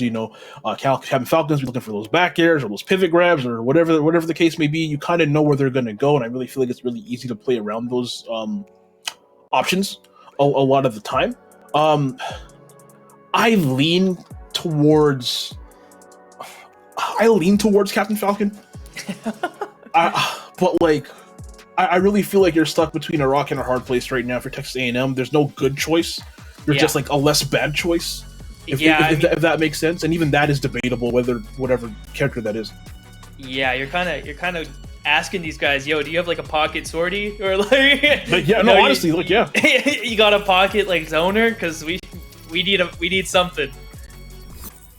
Game 5, and they are opting to go with. They are going with Kanti, the Ness. You know what? You definitely called it. They only got to take off one stock, but at the same time, if Kanti does manage to do this, they're just gonna send in Kmart with Rosalina, and man, this is a hard ask. Conti, he did take stocks off the Rosalina last time. Yep. So it's not like he can't do it. Yeah. And we're seeing some really good aggressive play right off the hop here. Just missing the coverage on that air dodge, but 56 is not a bad place to be. No, definitely not. PK Fire's right here. Oh, we haven't seen Jeep really land those 0 to death combos, so Conti also doesn't really have to worry about that too much. Obviously, the grab's going to be about 60%, but at least you're pretty confident you won't die. Forward throw, PK Fire, that's a good PK Fire right there. Wow. Yeah, there we go. Fantastic ledge guard. Okay, finally Jeep is punished for that double jump. I was talking about it when he did it last time. I was talking about it earlier. Jeep keeps double jumping to aggress on the ledge. And Conti saved him the first time he did it. And then was heavily punished for it. And then we saw him get away with it against Edge. We saw him get away with it against Kmart multiple times. And so finally someone punishing that aggressive jump from Luigi. You will be able to take that stock super early. And Conti not saving him this time. As we get into the replay right here, great forward throw on this PK Fire placement, like perfect. And yeah, like you said, we saw that in the first game that these two played together. But in that first one, the thing that was different is you saw Conti, they would keep throwing something out instead of just letting the PK Fire do what it does and pushing Luigi just far enough where they can't come back. Learned their lesson, made that adjustment in this second game. Didn't push any buttons they didn't need to push, and we saw how that paid off. But again, they're just gonna send in Rosalina. They're probably just gonna send in Kmart to clean this up. I would imagine that's probably the best move here. So this is a really tough ask. I don't want to say it's over or anything, because with Ness anything could happen, especially if you get one of those, if you get some really good momentum going with Ness, really anything could happen. Yeah. So I don't want to count him out just yet, but yeah, this isn't looking too great. So there's some good things Ness has against Rosalina. Let's list them. Yes. All right. Back air's pretty good at killing Luma. All right. When Rosalina's recovering, Yo-Yo's pretty good at catching her recovery. Two things. Okay. All right. She's pretty light, so back throw and up air kill her pretty early. That's pretty good. That's it. Oh, that's it. Oh, okay. No, I thought you were going. I was like, but no, those three things are really good, but you just have to be able to put yourself in a situation where those things become like relevant. And I feel like Rosalina is just so good against Ness at just controlling the pace of the match and just not letting you have a turn a lot of the time. And I really feel like the key for Kanti here is they're gonna have to know when it's their turn to play, because if you push an unnecessary button against Rosalina, you will get taken from one side of the stage to the other. We get hit with the Luma, and they do send in Kmart, and like we've seen how good Kmart is at controlling the Luma. If you push one button that you're not supposed to push, you're going to be taking so much unnecessary damage, especially with how good this Kmart is at just controlling everything. Yeah, and one of the other unfortunate things is oftentimes Ness mains will use Fair as kind of like a poking tool or like a don't approach me kind of thing. If Conti actually fares and it hits Luma but not Rosalina, because it's a multi-hit, he's going to actually have more end lag on the Fair because he's hitting Luma, and that can put him in a tricky spot. But able to just PK Fire the oblivion out of Luma right there. Oh my god, just vanished off the side of the stage there. That was crazy. Here we go, the up air. Okay, this is where it's gonna suck for Kanti. Okay, didn't manage to get that landing, but as soon as they landed, got hit with the back air. That's another back air. This could be a stock. There we go. Yeah. And that's why that's what the problem is. That's what the problem is. That is so easy. Like, you could hand the controller to a 4-year-old that just say like, hit this press down button, right? Like they'll hit that. You know what I mean? Like, it's so easy. If Ness has to use up B in this matchup, he should be dead. Yeah. And especially because Kmart or Rosalina is just so floaty, they can hang in the air for really as long as they need to kind of just chase you down and to get that down B to absorb your thunder. So yeah, like you said, that's gonna be that should be free every single time Kanti has to up B. So they need to do whatever they can to not put themselves in that situation, to utilize their double jump a bit smarter so they don't have to up B, or to up B really close to the ledge or something, because yeah, that's going to be an easy stock every time. And Conti is just missing these yo-yos. That's the second one that's just been a little bit off as far as, you know, falling off the ledge, and that's what you want it to do, right? It looks like a little thing, and it is technically like a little thing, but it has a huge impact. You need to be hitting this yo-yos! It's your win con, man! Oh, okay, this is where it's going to be really bad for Kanti. Yeah, oh no, managed to get that back air out just in time, squeaking it right through, managing to take that stock, but it really feels like every single time Kanti gets put in the air, that's a... Oh, nope, okay. Safe. Oh, never mind. No, that should be... This is a stock right here. This is it. Oh, yeah. Trying to not, get back, not honestly, how I expected him to take it, but definitely I how understand why you went for the air dodge there. Ness has a really good air dodge. So just trying to avoid losing the upbeat in any scenario, I understand. But either way, you're losing that stock. So not looking too good for Kanti right now. You're losing that stock no matter what. I mean, this is such a tough spot to be in. Now he's stuck at the ledge, down tilt F smash almost coming through, getting juggled by Rosalina and the Luma individually. The desync pressure right now is crazy. All right, finally getting the placement correct on that yo-yo, able to punish for 22%, but you need a minor miracle and a stock right now to make this even respectable. Yeah. Go. Luma is back, and that spells danger for Kanti at 94% already. Good recovery to the middle of the stage right there for Kmart. Kanti doing whatever they can to get rid of Luma. Luma getting called back right there to Kmart. Dash attack. That's what I was talking about, right? So if you fair the Luma like that, the hit stun on the Luma makes it so the fair takes longer to come out, and gives Rosalina more chance to punish you, but it's not over. We speak it into existence. You know, moving on those down smashes at the ledge, positioning them a little better, he's gonna be able to take those stocks. That's what you have in this matchup. And using PK Flash to get rid of the Luma, he's got a second, but the fair keeps him off stage. You can't that's it. Yeah, that's yeah, you're not coming back from that one. Just oh no, they are. Oh my goodness, never mind. Okay. That PK Thunder angle, perfect. I mean, that's a huge flub from Kmart if Conti is able to bring this back in. That edge guard, you know, should have been as good as done, but choosing to go for the down air instead of the down B, a weird choice for sure. You made it harder on yourself, but 180%, it's hard to see a way back into this. I don't want to count them out too early, but yeah, this is, I think, one jab away really from being game set match for Loyola University.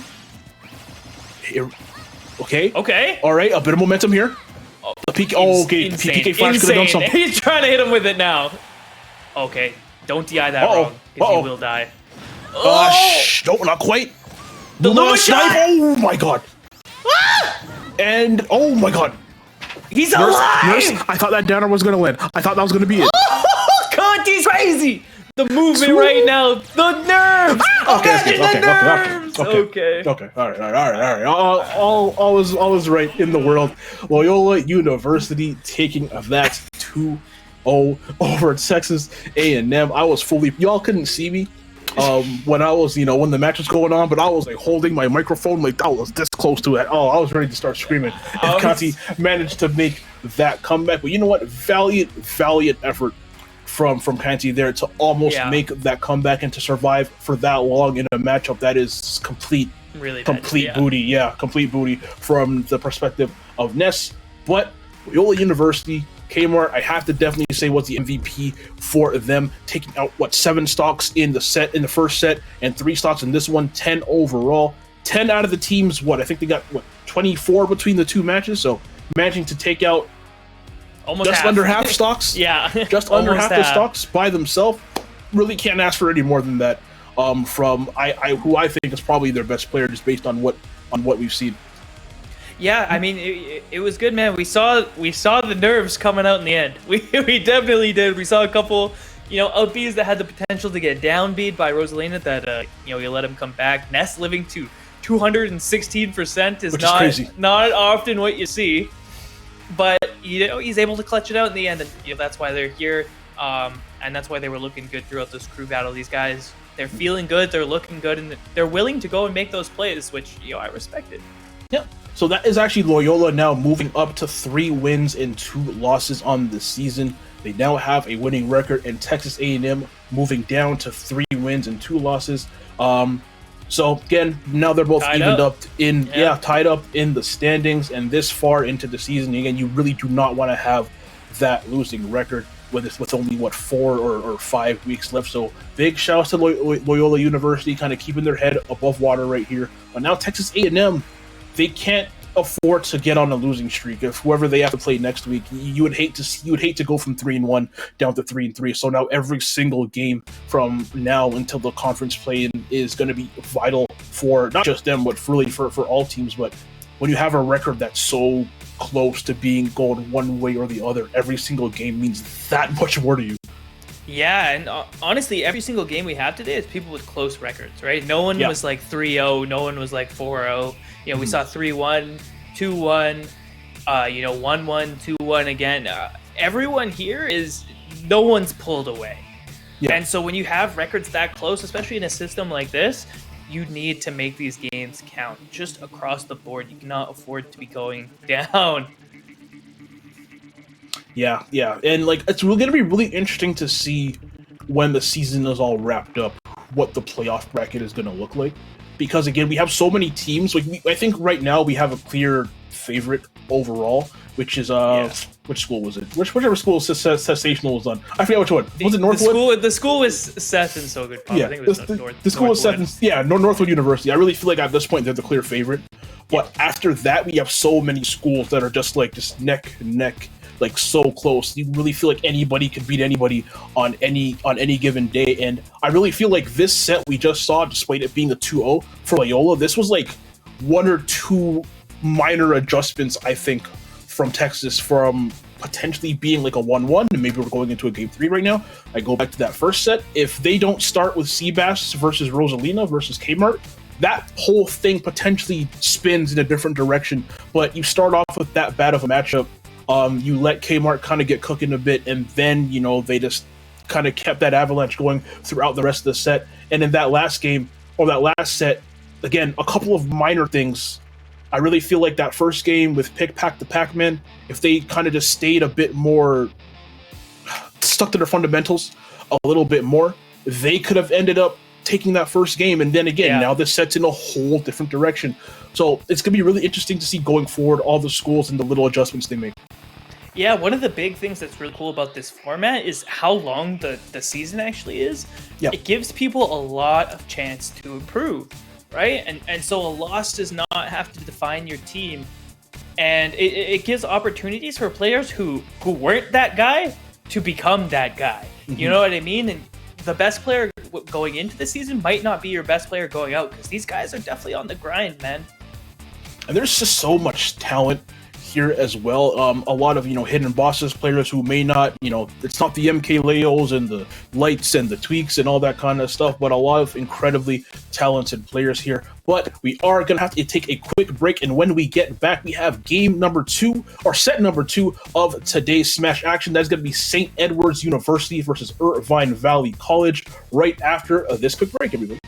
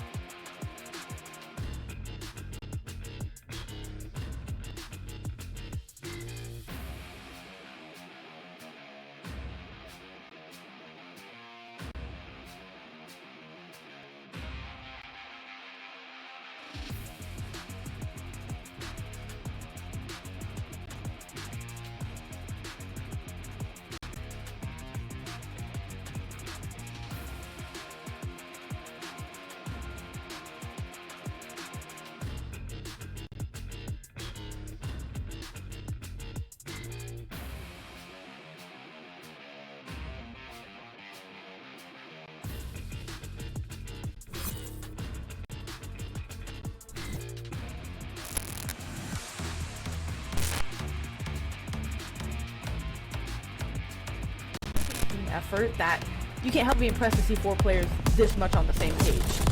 BPR, he wants more. That's 12. Slides thrown out to the staircase, but he's not telling you how to call for. Night Owl once again with ball control has not been able to do much with it. A phenomenal setup for a double tap and a follow through the crossbar. Oh, the thread of the needle from Storm. I think that is past 2, if not all 3 defenders. Let's get another look at that. There's 1, there's 2, there's 3. But his way back into the round and over towards mid. Retina finds more contact. He spotted, I think, maybe at least 1 more, but the other 2, not the one, definitely on the cards. He's got flicks for more days. We see finds 3 up the back of the AWP. Amore able to close elsewhere. Oh, that was looking deadly with the X-Ray. Truman almost having a shot landed. Oh, what the? Oh my god. Well, there it goes. There's the map. Truman, the great spray through the smoke. I didn't even think of that. He's only lost 1 stock this entire time. I didn't even think of that. Oh my goodness. This is just, we thought that first set was domination. That's That's stock number 8, and that is officially Nate Star League Fall Season 2022 record. That is 8 stocks coming through. Oh no, no way! Yo, end it.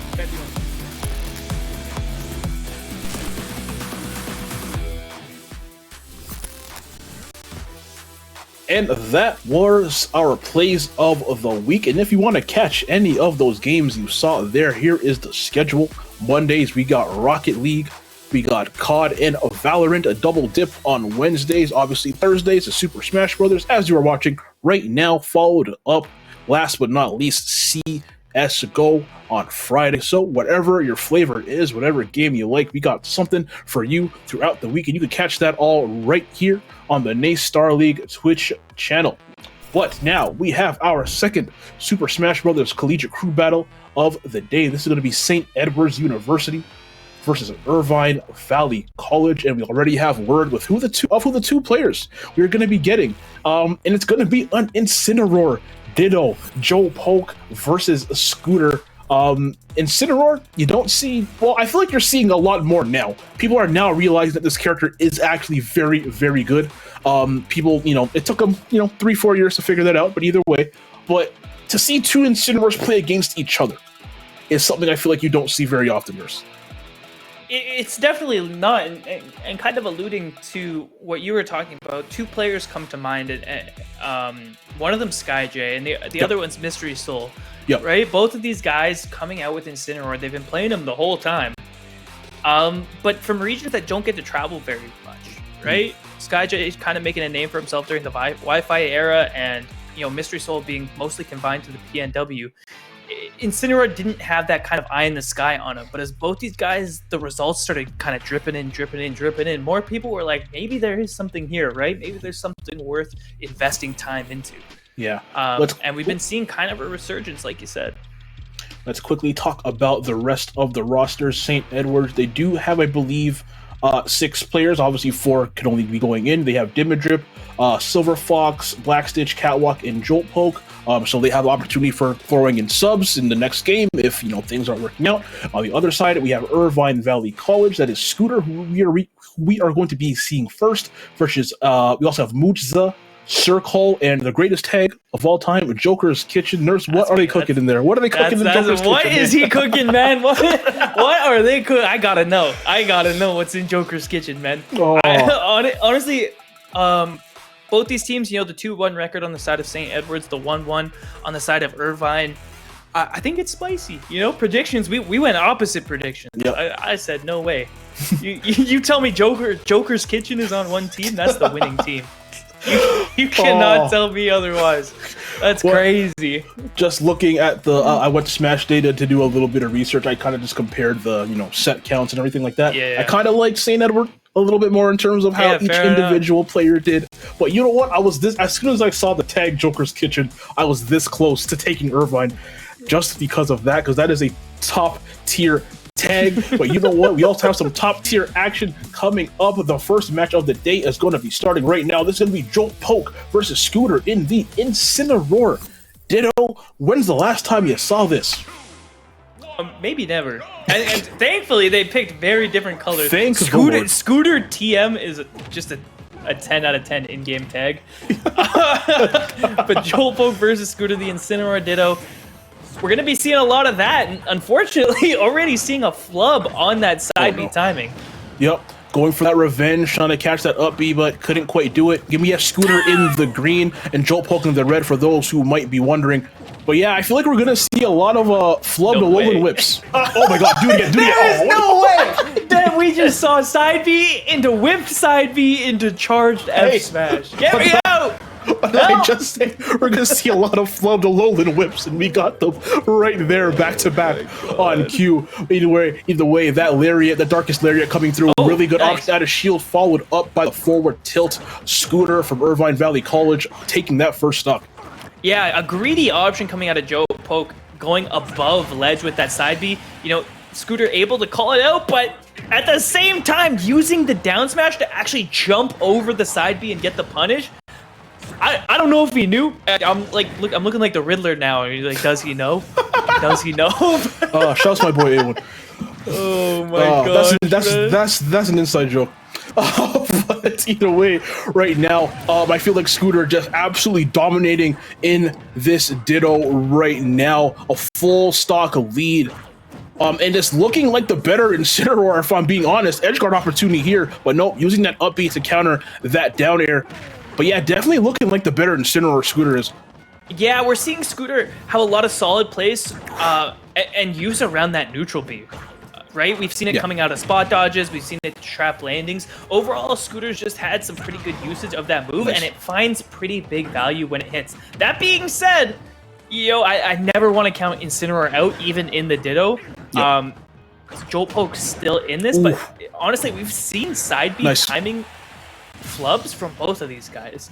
And so again, I'm wondering, is that nerves? Is that unfamiliarity? What's the deal there? And run up smash, man. Hey, sometimes you just gotta throw out them ignorant options that no one's ever gonna do. Because honestly, raw up smash is one of those things that like you don't expect people to do at the top level, because it's just 9 times out of 10 it's not gonna work out for you. But every once in a while, you just gotta toss it out, throw it out, see how they react, see if it works, and it worked right there for Scooter. Hey man, I say go for it. I say live your life. I say if that option pops into your head, do it. See what happens. That was a good landing trap there, actually catching Jolt Poke, air dodging straight down. It kind of looked like a panic option because he knew that he was kind of screwed as soon as he committed to that. But hey. Yeah. But you know what? Jolt Poke did manage to take 2 stocks. And again, in the crew battle, stocks do matter. So getting out of that, I really feel like Scooter was the better Incineroar, but Jolt Poke getting 2 stocks out of that, like, look, you did what you had to do. In my eyes, you set your next teammate up to only have to take off 1. Can't really ask for too much in a losing effort. Can't really do much more than that. So. Yeah, and if you set up a strong edge guarder here, taking 1 stock off Incineroar shouldn't be the biggest deal in the world. So, as like you said, as far as I'm concerned, one of those guys was getting out there with 1 stock left. It seemed like, it goes some ways sometimes. But the risky part comes now in you got to make sure you send in someone who's not going to mess this up. Right? Because Incineroar is a character where if you are a little off, or you're not feeling good, or you go a little too deep off stage, he is one of those characters that will absolutely punish you for it and will absolutely reversal you. So you need to send in someone who's confident in this matchup to make sure that Scooter's not able to take a couple more like ignorant stocks. Yeah, and just looking at the roster right here again, if I was right and the Smash data is correct, we do have Dimidrip, who is a snake who I would not send in on Incineroar, if I'm being honest with you. I feel like that's a top tier that Incineroar does very well against. So if Dimidrip is the snake, I wouldn't do that. Blitzball, potentially a Falcon. Again, if Smash data is correct, potentially a Falcon. So you're kind of fighting fire with fire there. You're kind of fighting this pure offense with even more pure offense. That can really go either way. Not familiar with who the rest of the players on St. Edward's use. But yeah, like you said, all you need to do is send in a character that's just not going to mess up, or send in a player that's just not going to mess up. Just 1 stock off an Incineroar a little edge guard, push him a little bit horizontally, and basically that's all you got to do. So don't got to do too much. Yeah, something like the snake pick. A lot of people like on first thought, you're like, Snake's a zoner. He should do great against Incineroar. No. The problem is, if you're just throwing grenades at Incineroar, he will just keep revenging them. Yep. And that means, you're doing 60% to him, sure. Doesn't matter. His back air does 60% now. You know what I mean? Yeah. And so that matchup can be a little tricky. And we've seen both SkyJ and Mystery Soul take sets off top Snake players like Apollo Kage or MVD. So I think you'd be hesitant to send in Snake. Falcon, it can work, right? High risk, high reward. Like we said about kind of the same thing as Falcon Luigi, right? Where you can do it, but it can also go very, very wrong, right? And so, maybe they have a safer pick that we don't know. We're about to find out. And St. Edward's is opting to send. They are sending in Falcon, Blitzbolt, the Captain Falcon, just fighting offense with offense. You know what?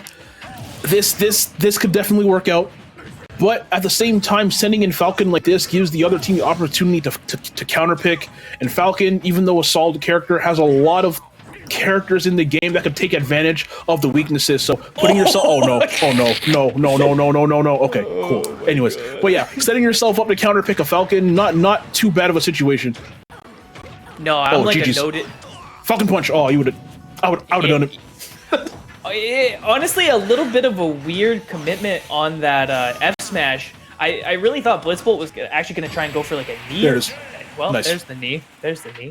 Yeah, you called it. Off that double up air, I actually think he might have been able to convert into a knee. At the very least, he could have converted into a back air. He ends up going for the F smash read, but hey, man, you can go for an F smash read if you want. If you're just going to land a double jump, fast fall, raw knee, you got it. Sure. What I love is we are seeing so much just like wild options. Like what fast fall knee is so man. Sure, you got it. That's such a wild option, but it worked. If it works, you got to go for it. We're gonna get to see that replay. Yeah, we're gonna get to see it again. Run up, was it double jump knee? After the down smash too. Oh yeah, or just fast fall knee raw. Dodge, yeah. Okay, and so he didn't actually fast fall it. So what you can do with Falcon, I actually do this sometimes. So if you're at home, take notes because it's actually like low key a good option. Let's get this. When you're playing with Falcon, a lot of the time you'll be doing fast fall back air or fast fall nair to put pressure on the opponent and mixing that in with grab and stuff like that. They'll get used to that parry timing. So they'll either start parrying or they'll start dropping shields so you can't tomahawk grab them. What you can do, and what we just saw, is you choose to not fast fall and just do the slow fall knee. And so then that'll catch either the parry timing, the spot dodge timing, or the drop shield timing, right? And so what seems like a really dumb or like ignorant option actually has a little bit of utility and can be worth going for just because of how high the reward is. And you want to know what else has a very high reward, everybody? Extra life. Please change. That's a good segue. Please change kids' health to change the future. Join our super team page today. So shout outs to Extra Life for making all of this possible. But to continue and further on to your point, sometimes just going for those options is really good. Because who expects fast fall knee or not fast fall knee, just raw knee like that, right? Just the knee, yeah. Like I said. When you play against someone enough or you play against someone who's paying attention, right, they are going to pick up on your habits or they're going to pick up on what Falcon players typically do. And so being able to mix up the timing is really, really strong. And doing so with knee, it's one of the strongest moves you can do it with. You know what I mean? And so if you got it, you got it. Hey, sometimes they work and, there's a little bit more thought behind it than you think. It's not just, run a raw knee, let's see if it works. It's a timing thing. And in Smash Ultimate, where shield is very strong or where, defense in general is very strong, if you want to play an aggressive character, you need to understand these timings. So yeah, no, like you said, I really think that's a really good point. Oftentimes you see these options that look like ignorant or they look noobish or whatever, but a lot of times, a lot of thought. You know, you have to know the timing. You have to understand, okay, what if my opponent's probably gonna go for a parry here, or they might just be holding shield and knee. Even if that didn't land and they were shielding, that's a ton of shield damage as well. If that did get blocked, which could open stuff up later down the line too. So I do like that option, as funny as it was. Yeah, and you know, speaking of tasty options, you know, Nate Starleague runs on Duncan, baby. Come on, man. Nate Starleague runs on Duncan. Thank you so much to Duncan for making this possible and sponsoring the Nate Starleague. We love you guys. Yep, A plus. Oh my gosh, man. But anyways, we are gonna get into this next match really soon. Right now, Irvine Valley has the opportunity to counter pick against this Captain Falcon. They have Mudza, who I think plays Rob, which is never a bad option against most characters in the game. Rob gonna get us everyone. So yeah, you have Sir Call, not familiar who they play in Joker's Kitchen, who I want to assume plays Joker. I would hope so. The amount of times I see somebody named one thing, they're named after a character, and everyone's like, "Oh man, they're named like Peach Lover 69. They're going to play Peach," and they end up like they play like Duck Hunt or something like that. Like that happens quite often. Yeah, there's a player named C Falcon, and he plays Joker. Yeah, yep, I know C Falcon. I know exactly what you're talking about, but I think that's their actual name though. That's the funny that is thing. their name. Yeah, his name is Chris. Chris, that's one of the raw. That's one of the Ross names of all time. Chris Falcon. If that's you're one watching, of the Ross man, names of all time. Godspeed. But yeah, we have Mudza potentially with the Rob, if that's who they play. Might want to save Rob for even last, honestly. I really think because Falcon is an easy-ish character to counterpick, you might want to save that kind of Robin nuke for a little bit later on in the game. But we're gonna see they are actually opting to go with Jigglypuff. Oh no, Mudza playing Jigglypuff. Okay, man, I was completely wrong. Interesting. It seems like these guys might have a couple characters in the bank. Jigglypuff, an interesting pick against Falcon. A lot of Falcon's combos don't work super well against Jigglypuff. And, edgeguarding Jigglypuff, or edgeguarding Falcon as Jigglypuff is fairly easy, but we're seeing right now Blitzbolt is just... he's turning on the gas, man! You see these smash attacks? Well, Blitzbolt kind of nice right now. Okay, that could have been a falling up air arrest. Muja just going for the save damage, but it should be it. Oh, no. Okay, there we go. Nice tech. Oh, only converts with an M. Don't put the roll into the rest, Muja. You'll take it. You'll take it. Yeah, no, you definitely, you will 1000% take that trade if you're Muja. That is beautiful. One thing a Puff does have on Captain Falcon is that I really feel like neutral air, especially when Falcon is off stage, is going to be a very, very, very important tool if you do manage to get Falcon off stage, but you gotta be careful for that up B to come out. We saw it earlier. Mudza did manage to get that tech, so it didn't really matter too much, but that neutral air is going to be vital off stage. Yeah, we're seeing... Yep, we're seeing it right there. Oh, man. Okay, so Blitzbolt is using... Again. What? No. Nurse, I'm sick. Have you ever seen that? No. I've literally never seen that in my whole life. He punished dash attack with drop shield rest. He didn't even move. I've seen people... just up smash. Get me out. This is over. This is what is happening right now, Nurse. This is hit for hit, blow for blow. As soon as one player gets momentum, it really feels like the other one says nope and snatches it right back. And here we go. Here we go. The drills. The drills. We're gonna see a jab block. Oh, he didn't jab block him. He's gonna kill them. Went for the jab block into Sing, into rest, but opted for the Sing raw. You know what? Got a lot of damage. That could have been a stop. Okay. I think that's what I was talking about. No. Blitzbolt is using his jump early, and Muja had yet to catch it, but unfortunately does not convert the whole edge guard, and now the smash attacks are coming out there, just working. Hit for hit, blow for blow. Get me out, man. He's just throwing out knee. He's throwing out bagger. He's gonna down smash. He's gonna up smash. Dude, Muja's scared. I'm scared. I'm waiting for the down air. Yep, there it is. What's happening? He's then down smash. Falcon kick. That should be something. Okay, good. Oh, this angle's terrible. That's it. All right. That was so scary for Mudza because when they got that, Puff drill combo going, if they had gone for the jab lock instead of the Sing immediately, they could have gone jab lock Sing into rest potentially. That would have been the stock right there. Now, fortunate for them, Didn't matter. They end up winning in the end, so fantastic. But that could have gone the other way.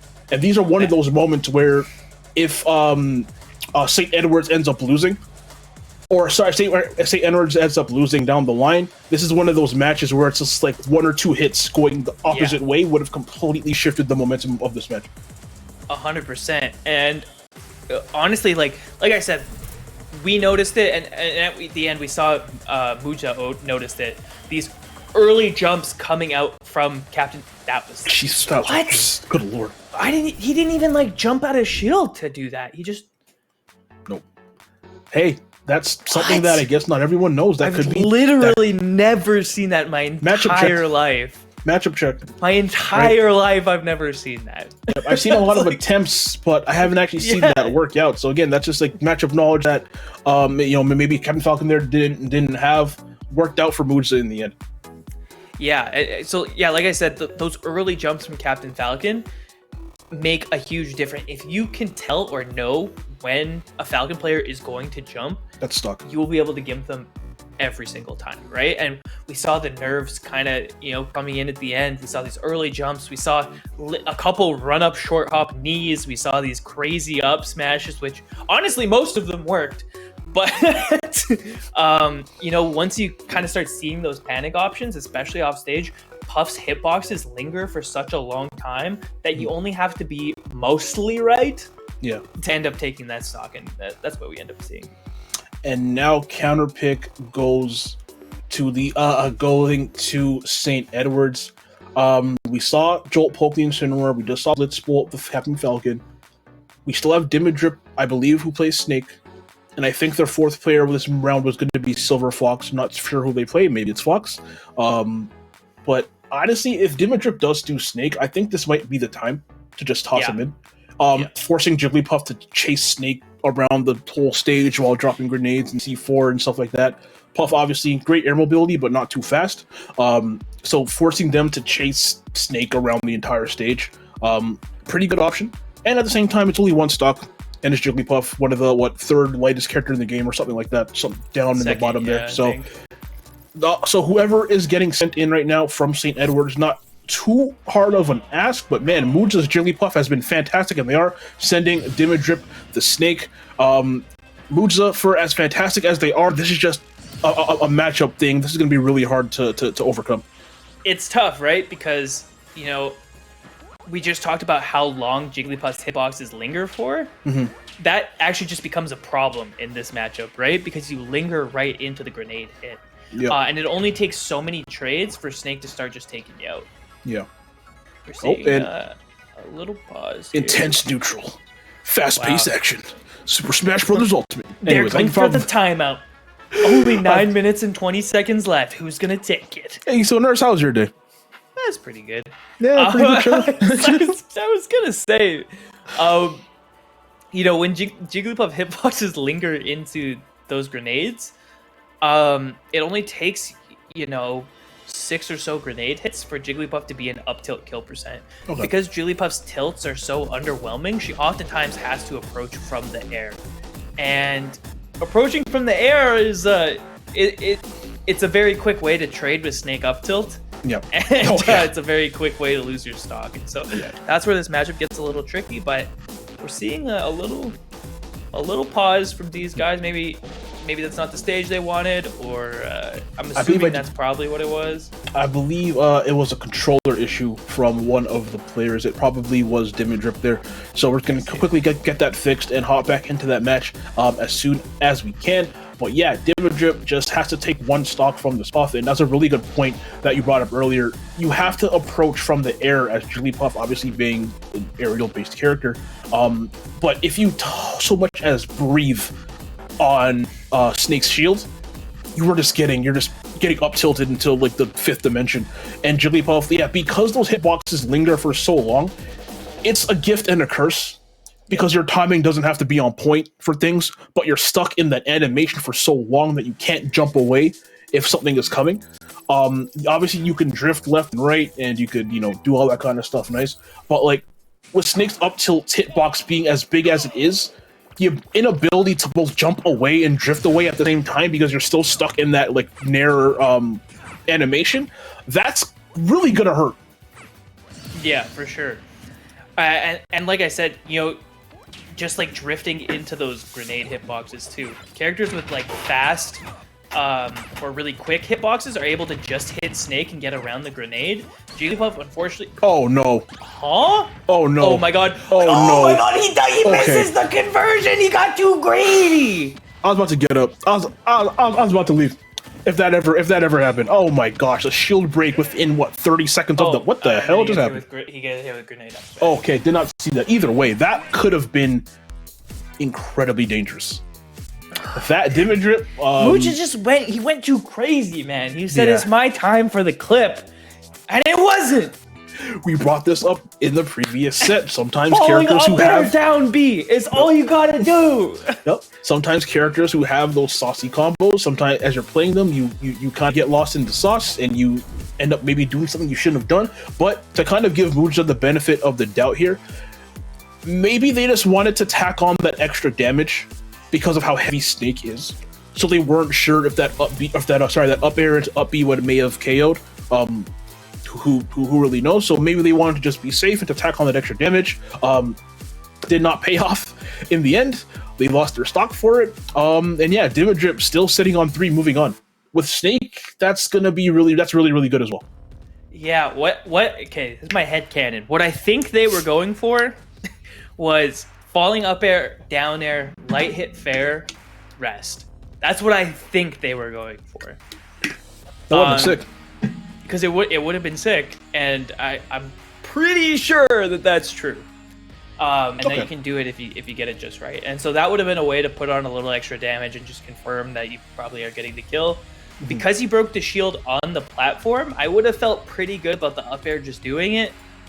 But it is what it is. Sometimes those quick time decisions don't exactly get you where you need to go. Yeah. And we just got word up next, your favorite player and mine, Joker's Kitchen, with the the Joker. Who would have thought?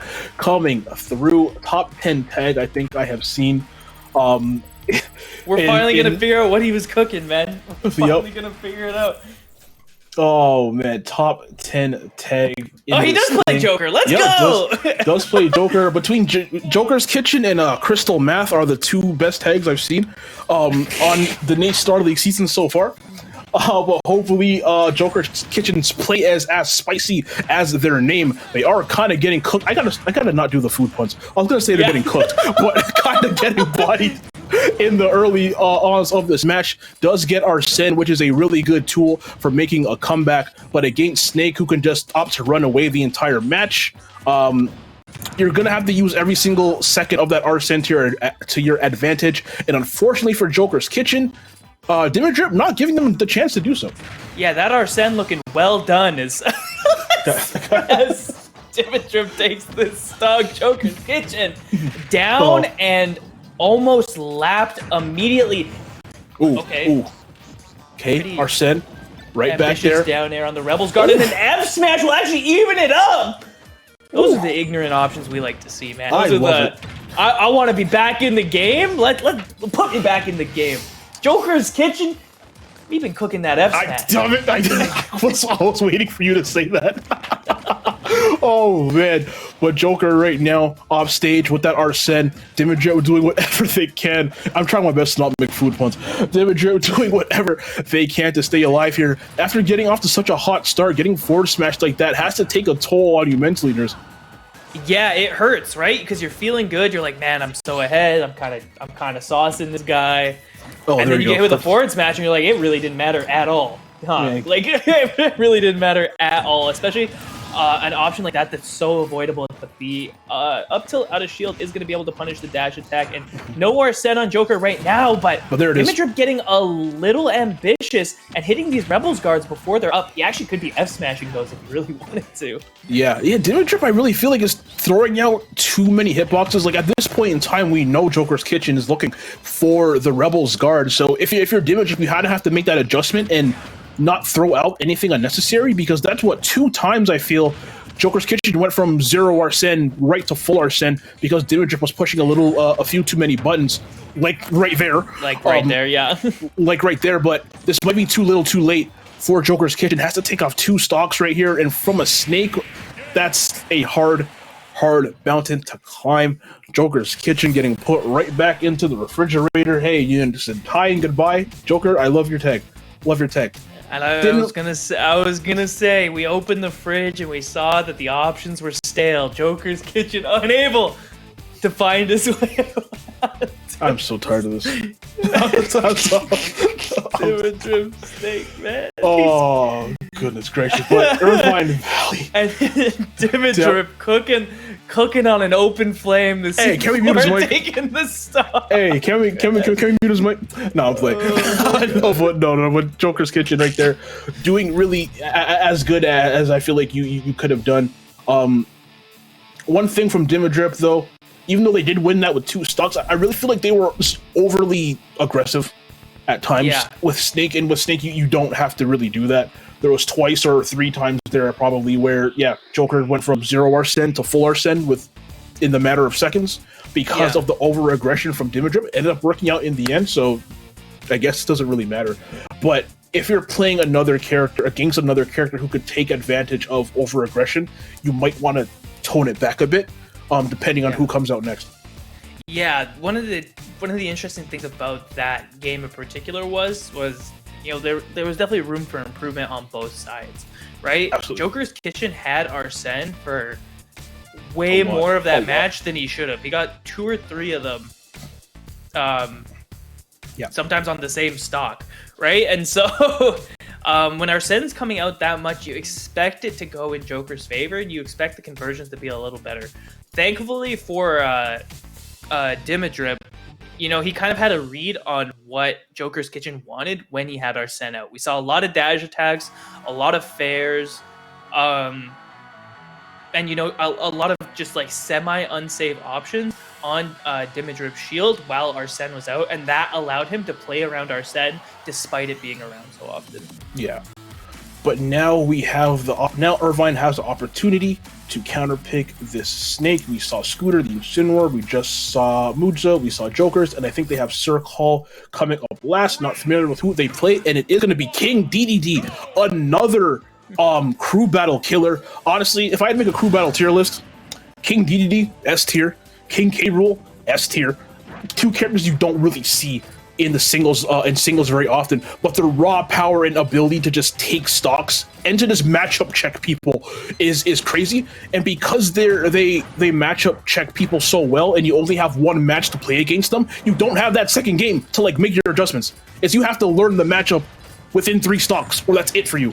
Which is why this character does so well in this format. So we're gonna see how this goes here for Circle. Yeah, unfortunately, one character that matchup checks a little harder than DDD does even is Snake.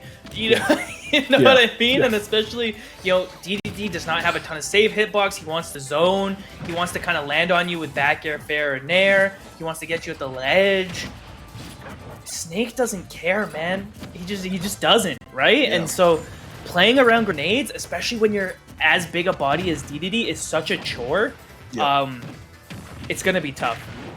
And you have to be so careful with your Gordos because of all the stuff Snake is throwing at you, grenades, C4, Nikita, up-smash, whatever they decide to do. You have to be so careful with your Gordos because you have to navigate them basically through a wall of projectiles or it's going to get bounced right back at you. Hey, but right as I say that, this King DDD doing really, really well navigating those Gordos. Manages to get a forward smash, almost breaking the shield. What's the option here? Gordo, fantastic chase from Sir Cole to get that stock. Yeah, and it kind of goes back to what we were saying before, the aggressive play coming out of Dimidrip. If he slowed it down a little bit and just committed to that grenade play, Sir Cole would have less opportunity to get in and do this damage. Fortunately for him, Dimidrip's giving it to him a little bit where, he's coming in, he's trying to make aggressive plays, and that's when you get to capitalize. Oh, that dash attack could have been it if the tech option had been wrong. 148%. Honestly, if Dimidrip can manage to take 1 more stock without losing this one, I really feel like they will put their teammate in a good position to take this. 160. Oh no. Down smash. I think we're down up tilt. Oh, it misses! Honestly, everybody and their mothers knew that up tilt was going to come out. Sir Cole doing a really good job of avoiding it, but here we go. Yeah, I'm surprised no C4 got dropped there, honestly. Sir Cole's in grab kill percent now. Oh, That he's hit 160. Snake down throw up tilt will kill DDD at this percent.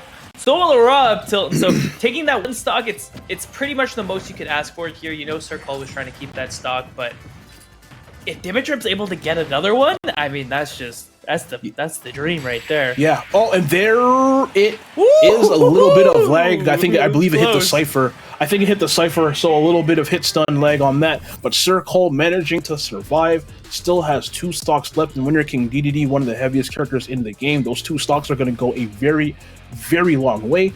But it is still only 2 stocks, no matter which way you want to spin it. So whoever is left for St. Edwards, a little bit of an easier job for them.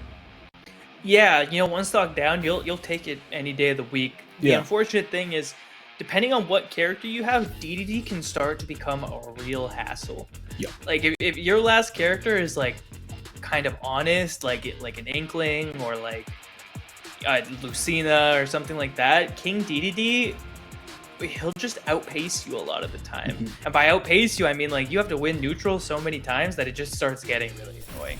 And so you know, you really are hoping that your last character going into this is one with a little more finesse, one that able to kind of keep the pressure on DDD, so you don't have to just play him on his own terms the whole time. Yeah. So we are going to see. That's a really good point. We are going to see who this last character is. I really like that point. If your character is really straightforward and doesn't have cheese, DDD, despite not being, you know, the most amazing character, can really take advantage of your character just not being cheap, for I guess lack of a better word. I mean, here's how I always explain it, right? Is there are matchups in this game that are good for you. Okay, example, Lucina DDD is good for Lucina. Technically, in practice, it's good because Lucina should be winning neutral most of the time. That being said, Lucina typically doesn't have the conversions to kill DDD really early. He's usually living till 140, 150, 160. That means if you're wrong a couple times, you're getting up smash, you're getting dash attacked, you're getting back aired, and Lucina dies to those things at 60, 70, 80, right? And so you're having to play a cleaner game than DDD is. You should be able to do it, but that doesn't mean it's easy, right? No. And so that's how these matchups kind of fall in DDD's favor a little bit. And I really think that's why DDD is so good in group battles. Because your opponent doesn't have that second game to kind of like, okay, cool. Maybe I lost this first game, but I see what they're trying to do. You don't have that. You have to learn on the fly, or you have to learn from what your previous teammate did, or whatever the case is. You don't have that time, and I really think that's why DDD is so good. But either way, we are getting into the last match, Game 7 of Set 1 between St. Edwards University and Irvine, and it is Palutena, Silver Fox. You know what? I really like this pick for Silver Fox. Palutena is one of the, I guess, biggest like anti-BS character in the game. Any character that relies on kind of gank and trickery to get their wins, I feel like Palutena, again on paper, just shuts all of that down. And you you have to play. You just have to outplay them. You can't really cheese a Palutena, and that's why I really like this last pick here for Silver Fox and St. Edwards University. Yeah, as soon as I saw Palutena, I was like, this, if anyone's going into the DDD, you're happy it's the Palutena player, right? Those Nair combos are going to work forever. Palutena is constantly able to threaten with Auto Reticle and Explosive Flame, making it way harder to use Gordo, which is DDD's main neutral tool, and you're able to win aerial trades with dash attack and back air. You are going to kill a little bit later than DDD, but unlike in the case of Lucina, Palutena risks way less by doing it. Just such a safe, fundamentally sound character. Does get that dash attack. Oh no! Hey, wait! I said safe. Never mind. What percent was that stock lost at? 70 something? I mean, I like speak and it will happen, man. I said one wrong dash attack and your whole 140% didn't matter. The Gordo bouncing off the stage, not quite gonna do it in the high recovery. There we go. The up smash is there to punish. We're at even stocks right now, but Sir Cole definitely put this back into a doable territory. Or not even stock, sorry. 1 stock down. Yeah. Hey, but either way, like 1 stock, and when you're KOing a lot more consistently than Palutena is going to be KOing. And at lower percentages too, you're never out of the game completely. Go that down tilt right there, pushing Silver Fox to the ledge. Silver Fox going for that back air. Ooh, don't know about that forward smash. And is that a stock? And the DI is just there. Yeah. Ooh, and Sir Call. Was it a bait? Was it a bait? Sir Call inching their way back into this game. Silver Fox can't afford to make any mistakes right now. Oh boy. Up tilt. Wow. Oh yeah, wow. Jeez, didn't even see that coming. Up tilt, and Sir Call one stock away from mounting this comeback. And I always say this, if you are even with a heavy, you are losing the match. Yeah, 100, 110, DDD's not too worried about that. Nothing Palutena has here can kill him short of a smash attack or a back air pretty deep off stage. So, you know, Sir Cole, he's got another probably 15%, but the DI in, no! Yeah, I saw, as soon as that down throw came out, I saw DDD start to drift inwards a little bit, and that's game. You really can't be DIing in on that Palutena down throw because check, man. That's the check. That's gonna happen every single time there. It may have been just DIing in preemptively just to avoid, just imagine that back air was gonna hit, and they may have been DIing in preemptively. Unfortunately for them, whatever they ended up doing there didn't work out. Lost that stock. But this by far, Nurse, has been in the 4-5 weeks we've been doing the Smash broadcast, by far the closest match we have ever seen. Yeah, honestly, these guys have looked evenly matched pretty much across the board. The biggest stock lead we saw this whole time was 2 stocks coming out from Dimmadrip. And so, it's huge, man. These close games, this is where the best of threes start to matter a lot more because, one pick goes differently, one stock goes differently. Potentially, these whole sets go differently, right? And, even that last game, it came down to the last stock and it came down to some bad DI on a down throw, right? If he had DI'd that out, he gets back to ledge. You don't even know what happens. Exactly. And so I'm very excited to see what happens next because I think, order could matter. And honestly, just slight Smash Ultimate variance could matter in a set that's this close. That's a really good point. But everybody, we will have the second game of St. Edward's University and Irvine Valley College, the closest set we've had on broadcast this entire season. We are going to have the second game right after this break. So everyone, please stay tuned.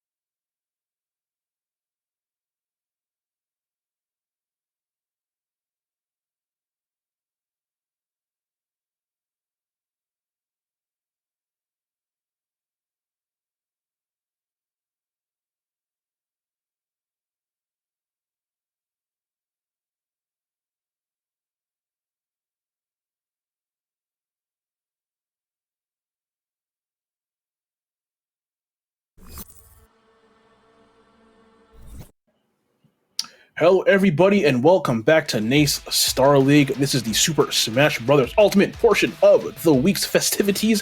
And if you are not into Super Smash Bros. Ultimate, we probably have the game for you. Fridays, CSGO, that's going to be tomorrow. And right back to Monday, Rocket League. And on Wednesdays, we have the double header of Call of Duty and Valorant. And once again, Super Smash Bros. Ultimate every single Thursday. And man, this has been one of the best sets I think I have seen since the broadcasting has started. By far the closest set we have had. Only one stock and a couple of hits going one way or the other in some of the matches, and we're looking at a completely different match. But either way, St. Edward's University just barely squeaking out with that victory, going up 1-0 here, Ners. Yeah, it's so interesting, right? Because we talked about it at the start as well. You know, St. Edward's is 2-1. Irvine is 1-1. These guys both could really use a win here. Going up to 3-1 is a huge advantage. Going up 2 wins, and likewise going up 2-1, you want to continue the streak. These guys have only played twice so far, and so these games mean a lot to these guys. And so having it go down so close, my heart's pumping. Like, this might be one of the first, the first game 3 potentially we get, depending if Irvine Valley could kind of, figure their stuff out. This might potentially be the first game 3 we get on broadcast, and I'm very excited to potentially see that. Either way, we are going into this game 1. St. Edward's is going to be sending out Dimidrip the Snake. Irvine Valley College going to be sending out Joker's Kitchen, the Joker. We saw this matchup last time. Dimidrip came out victorious, but there were a couple things Dimidrip definitely could have done better. I feel like they were playing a little bit too aggressively. And we all know that Joker's Kitchen is very, very, very liberal with their usage of that Rebels guard, as we saw just now. They really like to pull the trigger on that move. So I think Dimidrip might have to play a bit more conservatively if they want to. He could have killed him if he had down aired. But either way, maybe everything I'm saying is completely wrong, because Dimidrip has a fantastic lead right here. Absolutely, man. I mean, hey, it's Joker's Kitchen. We're just living in it. I thought you were going to say we're all cooking in it. Dimidrip has been looking solid, and honestly, he looked pretty solid the last time these guys played. The main thing that we were talking about at the end of their last set was, the dash attacks and forward airs coming out of Joker's Kitchen. He's being pretty greedy as far as dash attacks and forward airs go, especially with the lack of grabs that he's been using in general. To get these burst options and to get this pressure going, you need to let your opponent know that you actually will grab them. And we just haven't seen that coming out of Joker's Kitchen, and it seems like Dimidrip is more than aware of what went down the first time and has just kind of capitalized on it even more this second set. Yeah, you know what? Yeah, I made the point that maybe they need to hang back a little bit, but honestly, Dimidrip just saying, I don't care if you have Arsene or not, I'm gonna just keep holding forward on my control stick and keep coming right at you, and it is paying off dividends as they take off a second stock right there. And at 109%, Snake being this heavy, and Snake just playing with the lead in general, not a position you want to be in, because now we can see the camping starting to come out, and this wall of projectiles not working because of that reflect. But either way, Snake with the lead. There is no way. They can just opt to camp out now. Way that he did run up, wait. Joker's Kitchen did counter, and then he F-tilted it. I'm lost, man! I'm lost! Where did the taunt come from? Is Dimidrip just like this?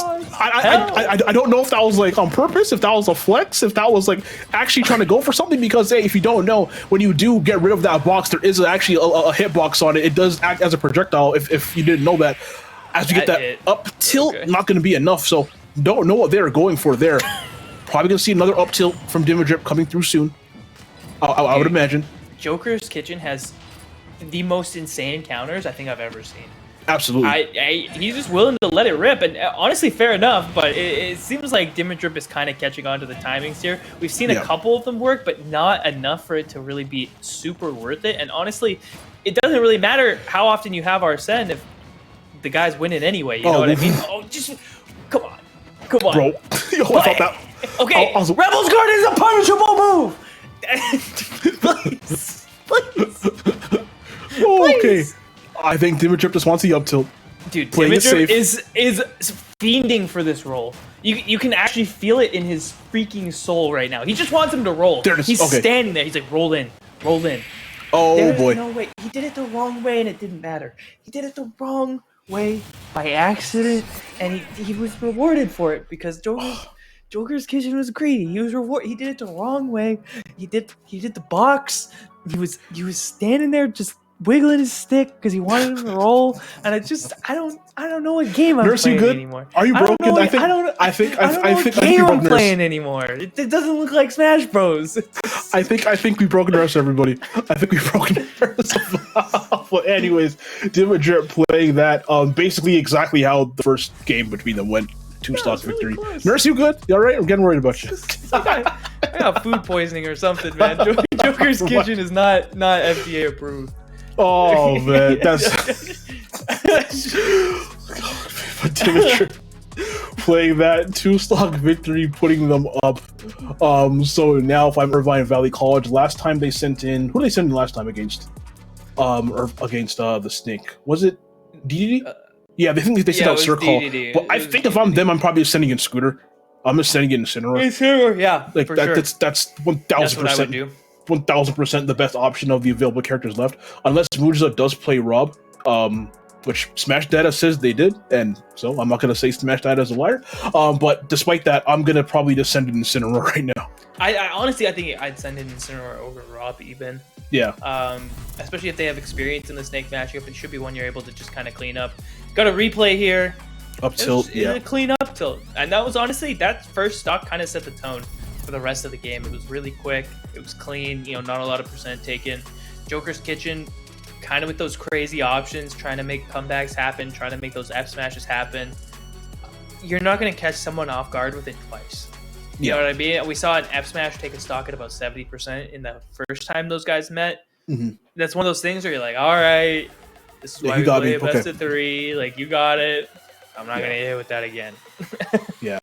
But I really like, Dimitri proved me wrong there, because I said that they were playing a little bit too aggressively and it might come back to bite them, but they just, I feel like, turned it up. They turned up the aggression from that first match up until this one. They just did not let Joker's Kitchen, I was about to make another food pun. I want to say they do not let Joker's Kitchen get a chance to cook. That was going to come out, and I tried to stop myself. But they just overwhelmed them, just stuffed out everything. Whether they had Arsene or not, they just kept that aggression going, and they oftentimes just beat the Arsene into them and then just beat it right back out because of the amount of projectiles and the amount of stuff that they were tossing out. So maybe this aggressive version of Snake might be the wave going forward. It's interesting, right? And like you said, we saw a lot of times where he gave him Arsene and it didn't really matter because he just beat the Arsene out of him. It's just kind of, he beat the demons out of him. Beat the demon in and then beat it right out. Yeah, he's the quickest turnaround of all time. But it's interesting, right? You could tell at the end he was really fiending for that roll. You see Snake players do that every now and again, where they'll just stand there because they want you to roll in. Joker's Kitchen not giving it to him, but still getting a little ambitious. The aggressive Snake can work, and there's a lot of matches where it can work because Snake has a lot of cool mix-ups off of Grenade. Grenade pressure into grabs, kind of how safe down tilt is, and stuff like that. I'm curious to see if it'll work against a character like Incineroar. Yeah. Fighting Incineroar on Incineroar's terms is a recipe for losing. Yeah. So and I would imagine that's... Oh, they're not sending in... They said... Oh, okay. Well, okay. I have to say, I don't agree with this pick. Yeah. Snake just kind of nullifies all the... basically nullifies Gordos just by existing. Yeah. I really feel like Incineroar was the better option here, but hey, maybe Irvine Valley knows something that we don't. Maybe Circle is just a god in the Snake matchup, and we just haven't seen it quite yet. But on paper, I would have to say that this is probably not the best choice here. Yeah, I think this is Irvine trying to put a little bit of respect on Dimidrip. I think Sir Cole was one of their better players coming out of the last crew battle. They're probably feeling pretty confident in him. And so I think they're just saying, good player, go in against good player. I think that's kind of the idea here. Matchups kind of be thrown to the wayside. That being said, we are seeing a slower pace from Dimidrip here. This is definitely a contrast to what we originally saw, and honestly, it's a direct reaction to what happened, right? He doesn't want to be caught in these bad situations. Snake can play it slow, and the mix-ups, man, he's looking good, and he's evened up the stocks.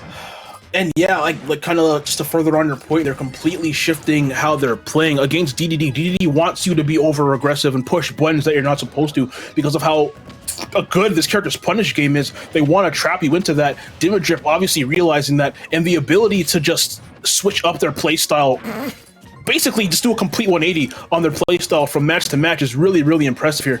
And it's definitely working out as they got a stock and are about to actually lap in percentages. Yeah, the biggest thing here, too, is neither of these guys want to approach. Both these guys want to play at that mid-range where their projectiles are strong, and they want to convert from there. Unfortunately, Snake is just a better character at that range. He's going to be able to do it more consistently, and he's going to be able to convert for more damage than DDD is. So that puts, Sir Cole in a weird spot where he has to start approaching Snake. And as DDD, every time you do that, there's a risk involved. Yep. And right now, Dimmadrip getting a slow and methodical circle, still unable to take off this one stock, and that's going to be an up air. Not going to be quite enough. Go stuck. Oh no, didn't get stuck with that C4, but still did a good amount of damage. Back air coming through. What's the edge guard opportunity here? Chase. Oh, stuck again. He stuck him! Yeah, GG's. Oh no, good shield. Second sticky of the game. Couldn't convert on that one. The Cypher coming through to stop that dash attack. Interesting back air on the tech chase.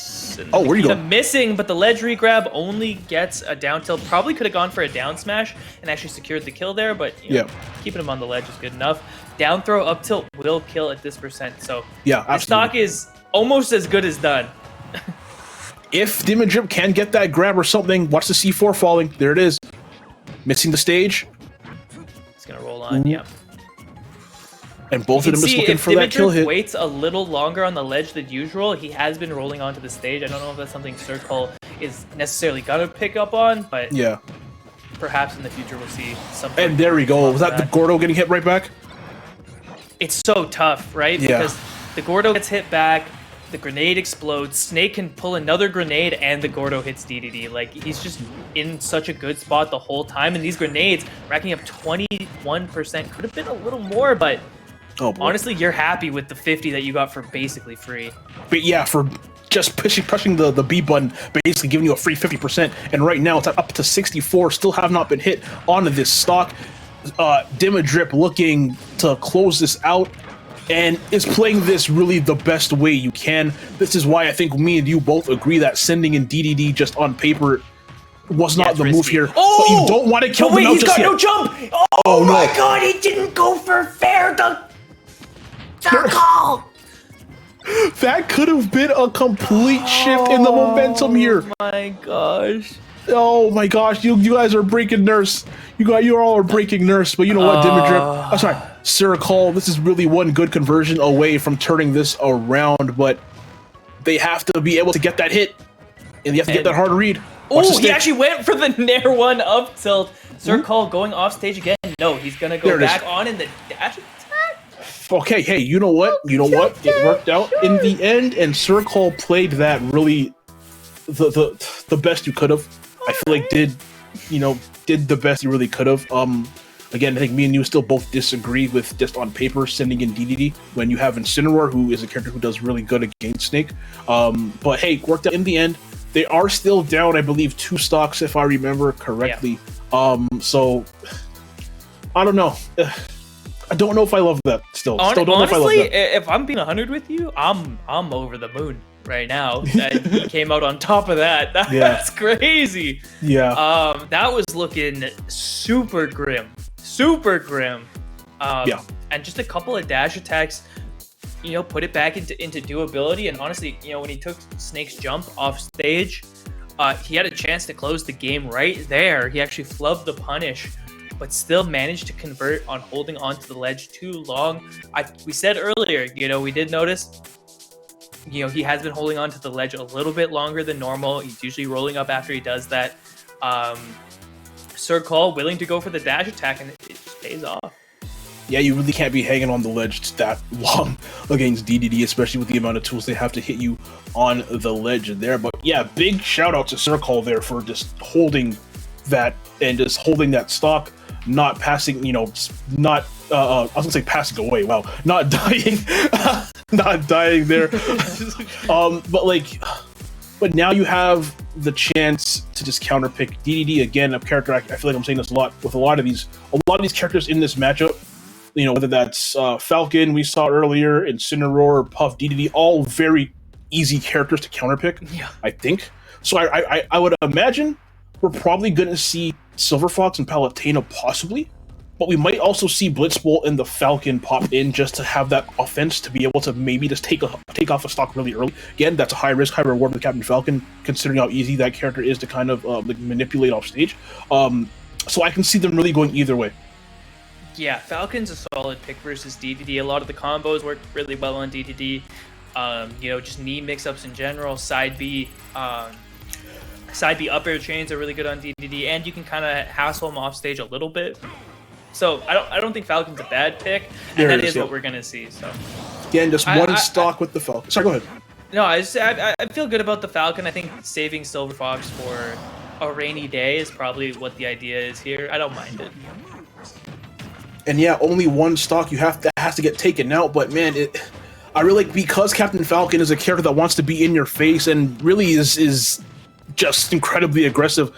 That plays into a lot of the stuff that King DDD wants their opponent to do. And as this is going to be another matchup check here for Blitzbolt, if they don't know how to maneuver around all the DDD traps and DDD foolishness, this could spell really badly for them.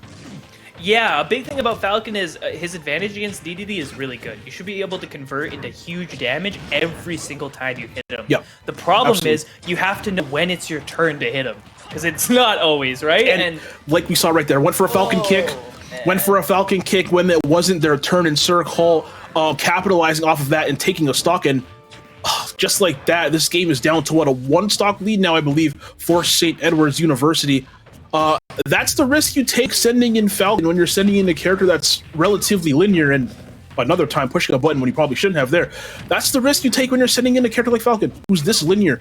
And King DDD in the hands of someone like Circle, who has shown a lot of competence with King DDD.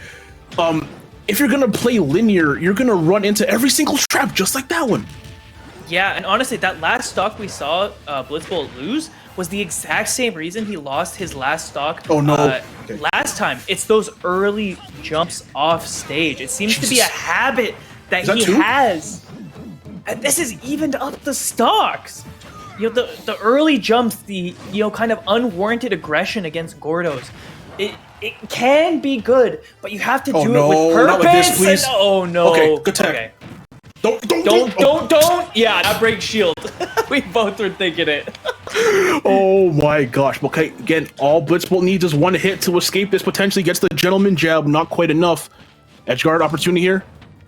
I thought an up tilt or something at the ledge may have come out, and there we go. Nice Raw nice up B to grab the shield. Blitzbolt surviving that one, but man, you really wanted to hold on to at least one of those 2 stocks that were lost there.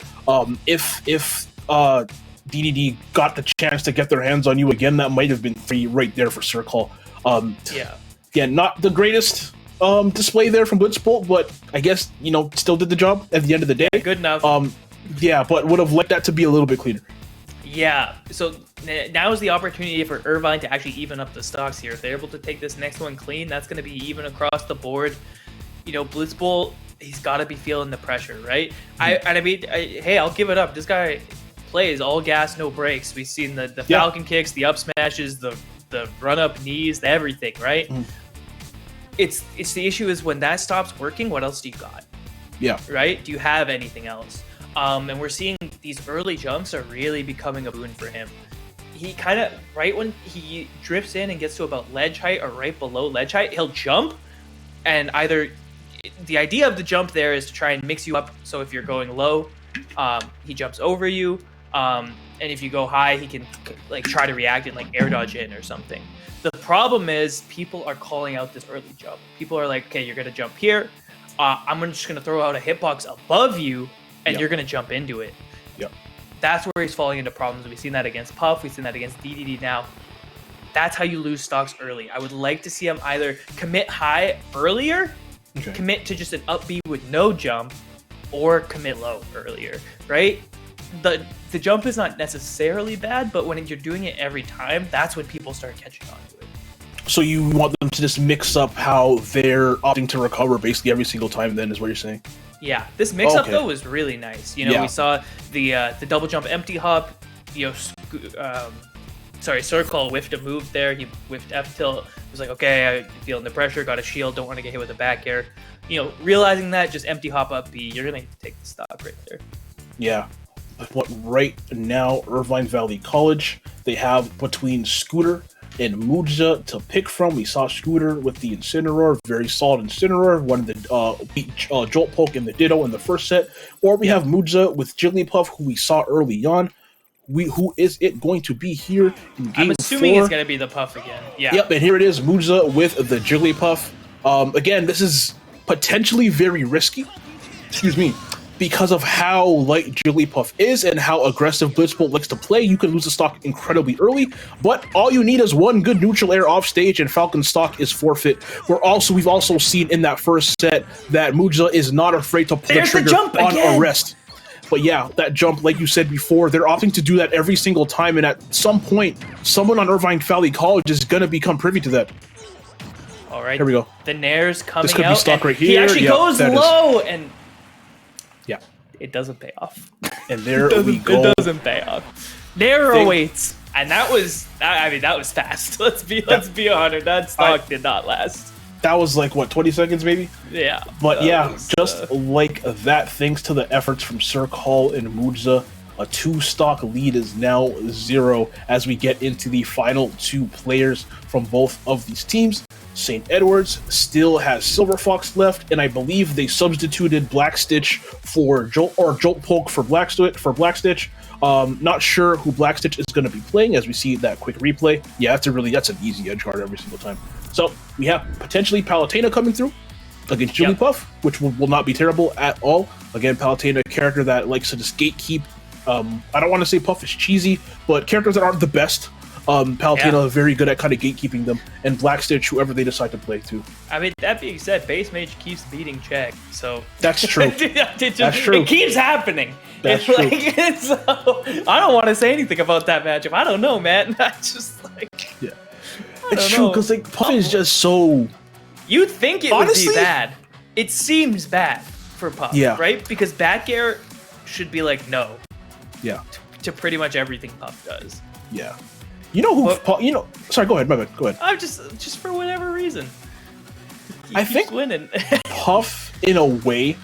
Now, hear me out. This might sound stupid. Puff, in a way, is very similar to Captain Falcon, where it's the sense where it's just like everything is so volatile for you. Yeah. Either you could absolutely get it one hit on someone and take them from 0 to 70, 80 and completely just erase their stock, or if you get touched once, potentially you're just gone. You're just dead. And like they're both kind of similar in that sense where and they also have to approach you. And oftentimes they're approaching you from the air. Captain Falcon, you're going to see a lot of back air approaches, a lot of fast fall, trying to get the first hit in air, a lot of stuff like that. With Puff, obviously, approaching with forward air, approaching with neutral air. Granted, Puff can kind of fade back a bit because of the aerial drift on there. But they feel like they both kind of are looking for the same stuff in a lot of scenarios. But either way, whoever St. Edward's has to send or sends in next, whether that's Silver Fox or Black Stitch, the ability to counterpick Jigglypuff, and I feel like I'm bringing up counterpicks often, but I feel like everybody here, not everybody, but a lot of the characters here are very counterpickable, if that makes sense. Yeah, 100%, So whoever they send in next on this Puff, I really feel like is gonna have the advantage. Yeah, well, I mean, it's like if Black Stitch plays Samus, like it's a no-brainer. You know what I mean? Yeah. Like it's the easiest pick of your life. So I'm interested to see what comes out here, just because Black Stitch is a bit of a wild card. But we're sticking to the Palutena Silver Fox, potentially confident against this Puff. You know, top level is not always representative what you're going to see at every single level. And like I said, you know, conventional wisdom would say that Palutena wins this matchup. So yeah. Here we go, both of them just vying for stage control in the middle of the stage right here. Puff, yeah, one thing I like about Muja is they are playing very safely. They're not throwing out hitboxes for no reason. They're not mashing or anything like that.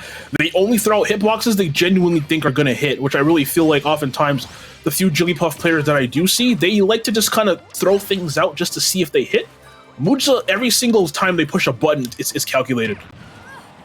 Yeah, it's good, man. We're seeing a lot of interesting pressure, and what the heck? The call out of a lifetime with that up smash. He was just ready for that teleport cancel. Edgeguard here going for that sing on the ledge. A bit of a cheeky move. And Silver Fox is trying to find a way in, but unable to do so. This wall from Muja has been damn near impenetrable up to this point. And what's the Edgeguard?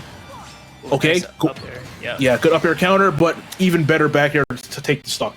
And something we've been seeing is Silver Fox is trying to get into the air and then either fair or back air on the way down, right? The reason that's been a problem is because Muja is meeting him up there with a lingering hitbox before he can get them out.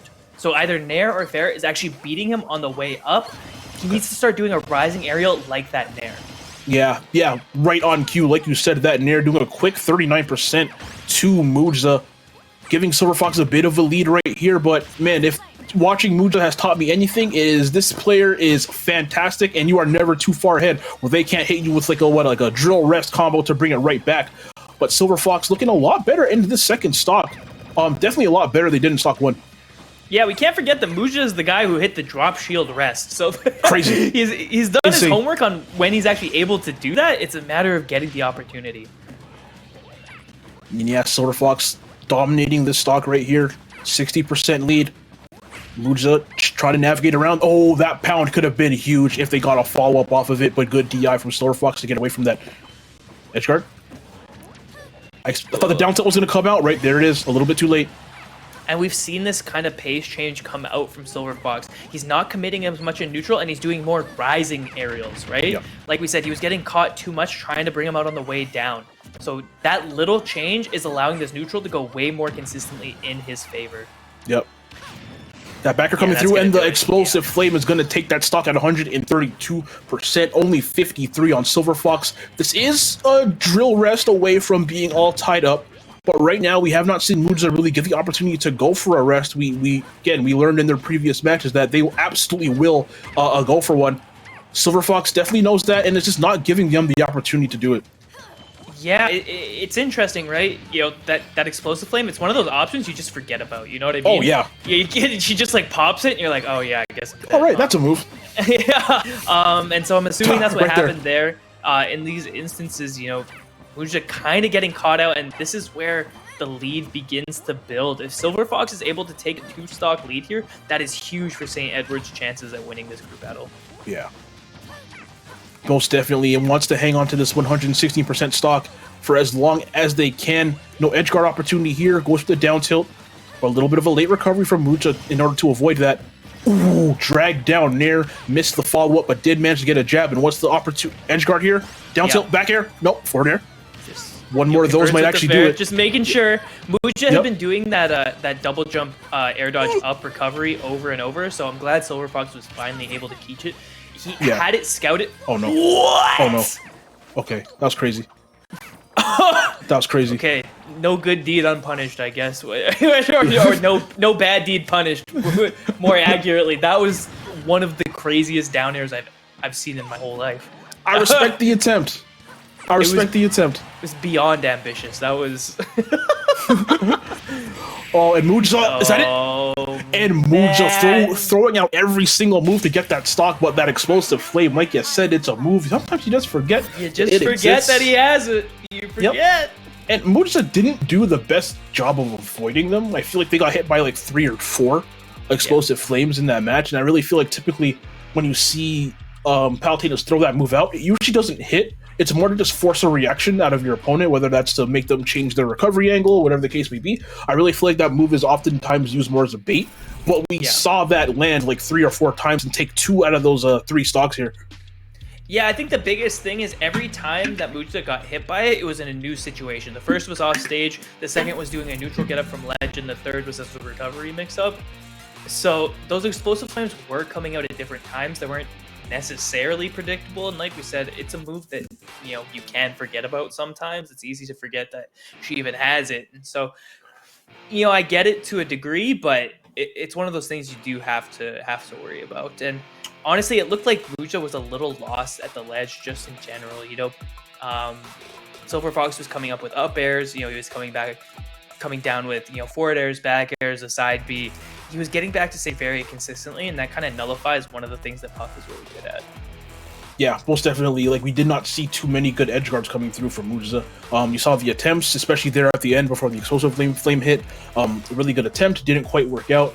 But that's it for Muja, at least in this round. If Irvine Valley College does end up winning, might see them again. But they are down to their last character, and one thing I did not mention is Silver Fox hanging on to that second stock was absolutely massive going into this last match, especially against Incineroar, who we all know, one revenge, a Alolan Whip, and you're dead at like 40. And it's just kind of GG's from there. So hanging on to that one stock is going to be huge going into this next match. And again, I gotta say this about Palutena, this anti-BS character. When you're playing a character like Incineroar is someone who plays I don't want to say like not straightforward game, but you know what they're looking for, that revenge. We all know what they're looking for.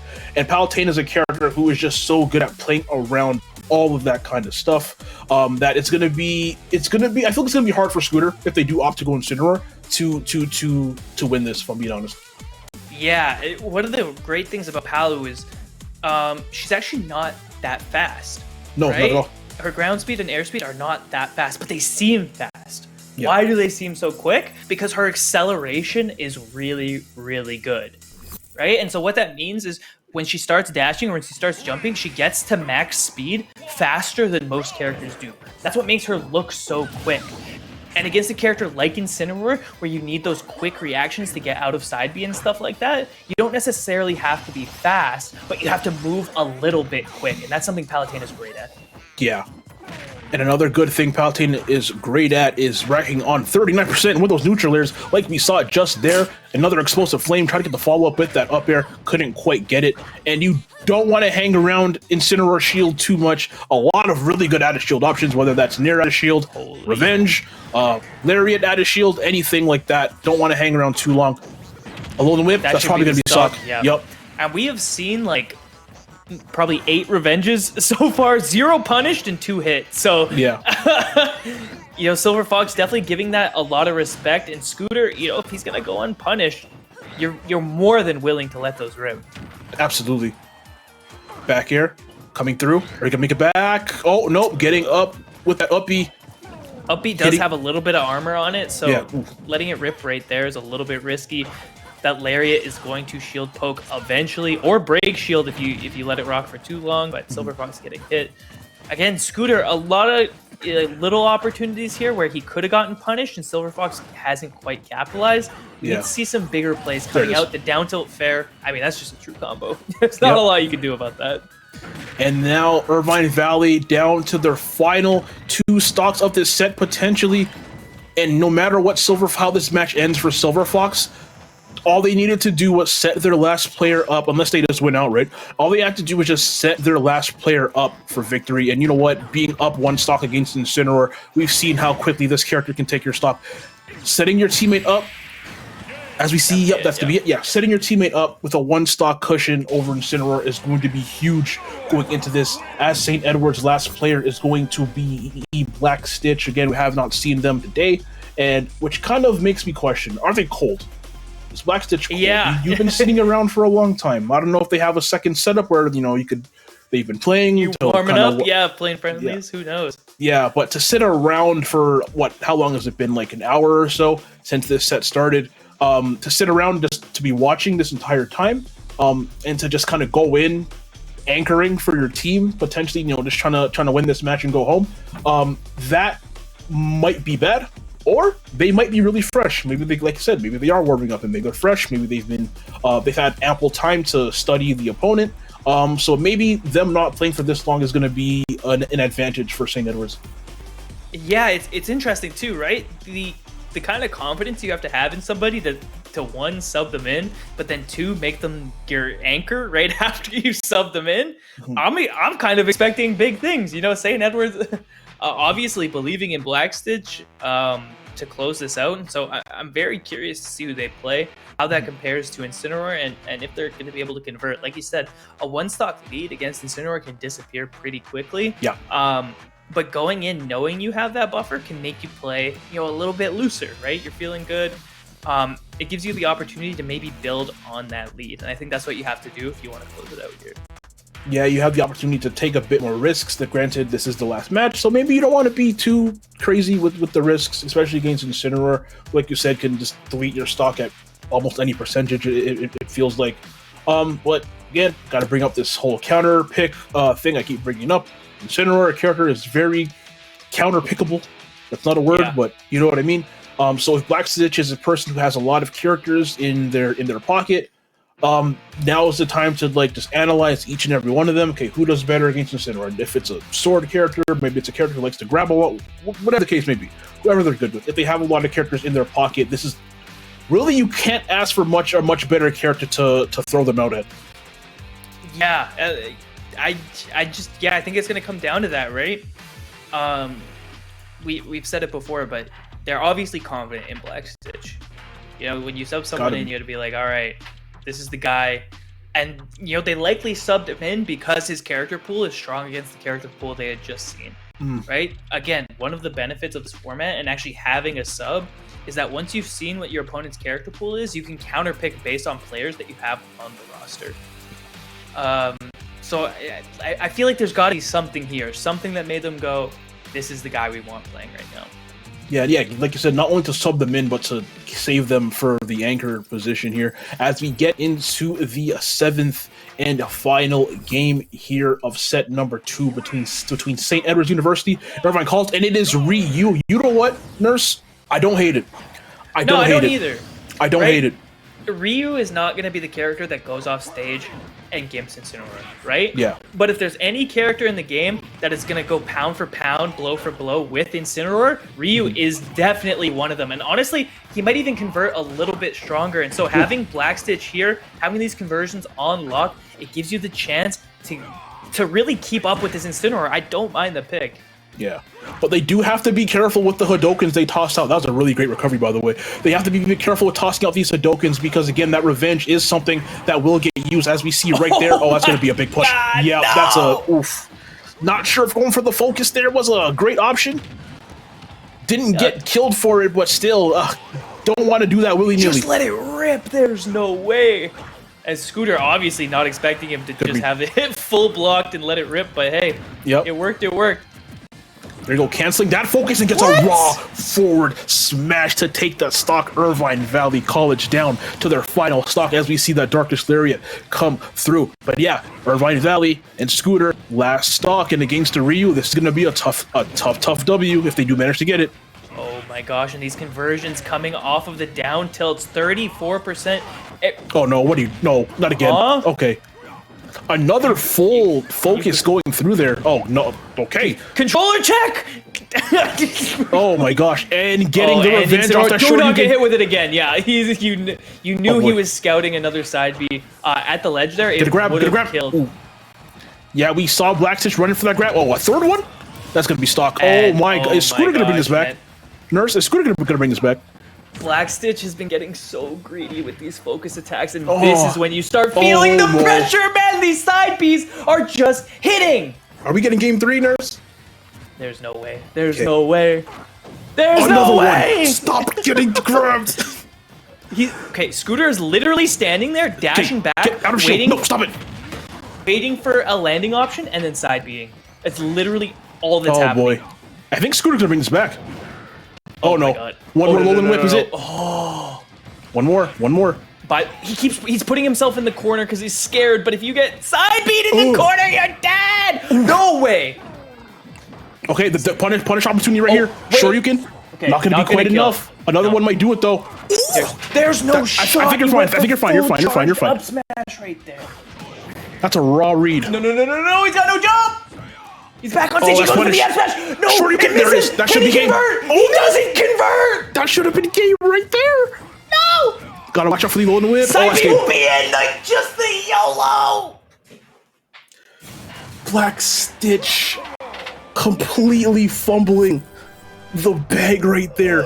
As soon as I saw that up air hit, I thought we were going to get the Shoryuken to end it, but we are going to game 3, everybody. Scooter, the Incineroar, just absolutely coming clutch in that last game. And you know what? Black Stitch played that first stock very well, and after that first stock, I thought it was going to be over. I really thought it was going to be over, but just kept getting grabbed by a Alolan Whip. Like 5 or 6 of them. There was a point in time where it was literally 3 in a row. And I don't think Black Stitch figured out how to deal with that. I mean, I'll be 100 with you. Scooter just kept doing dash back, wait. Black Stitch would land with an aerial, and then he would side B it. And we repeated that for 90%. Yeah. It was, all right, man.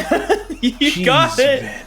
And he started adapting near the end, and honestly, he had an opportunity to win it with that up tilt, but just, nerves or whatever it was, getting the better of him. He got nervous. The conversion wasn't there, and we're going to a game 3. You really hate to see it, but everybody, we will have game 3 between St. Edward's and Irvine Valley College coming up right after this break. Please do not go anywhere. You will definitely want to see the conclusion to this match.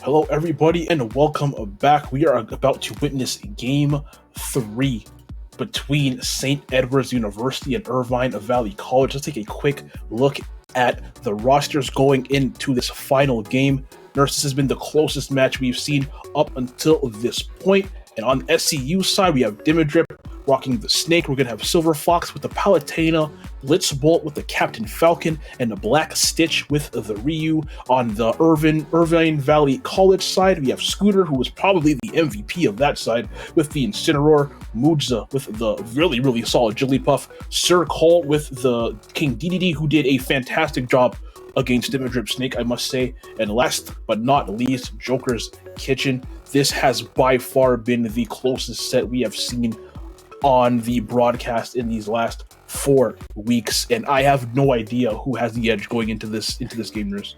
And funny enough, this is the one that we voted separately on for the for our predictions. So not only are their games on the line, but our pride is equally on the line. We gotta get this right, man. We gotta get this right. I had SCU and you had Irvine, I think. Yeah.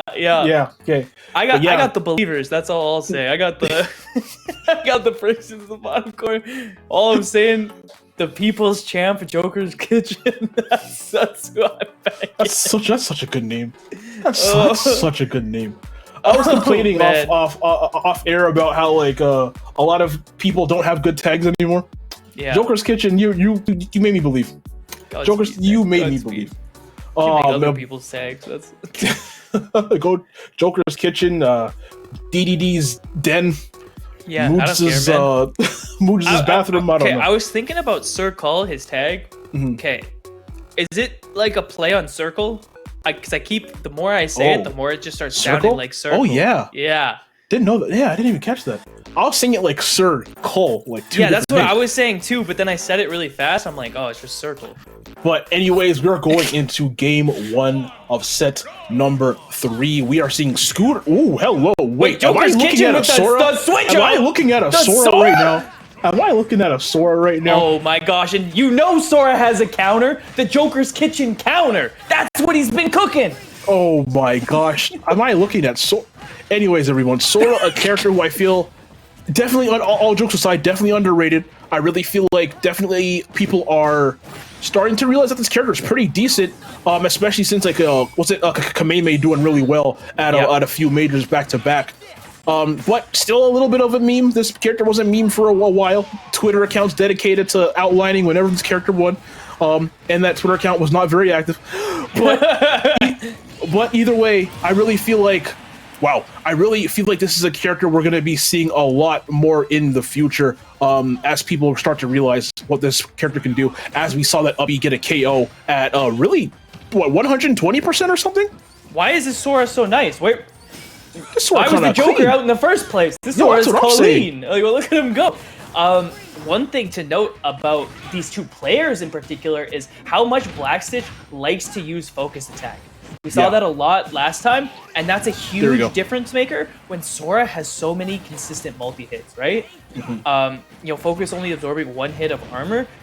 Joker's Kitchen should be able to abuse that pretty consistently, but on the other hand, this damage output, if your Sora combos are not on point, Ryu's going to out-damage you just across the board.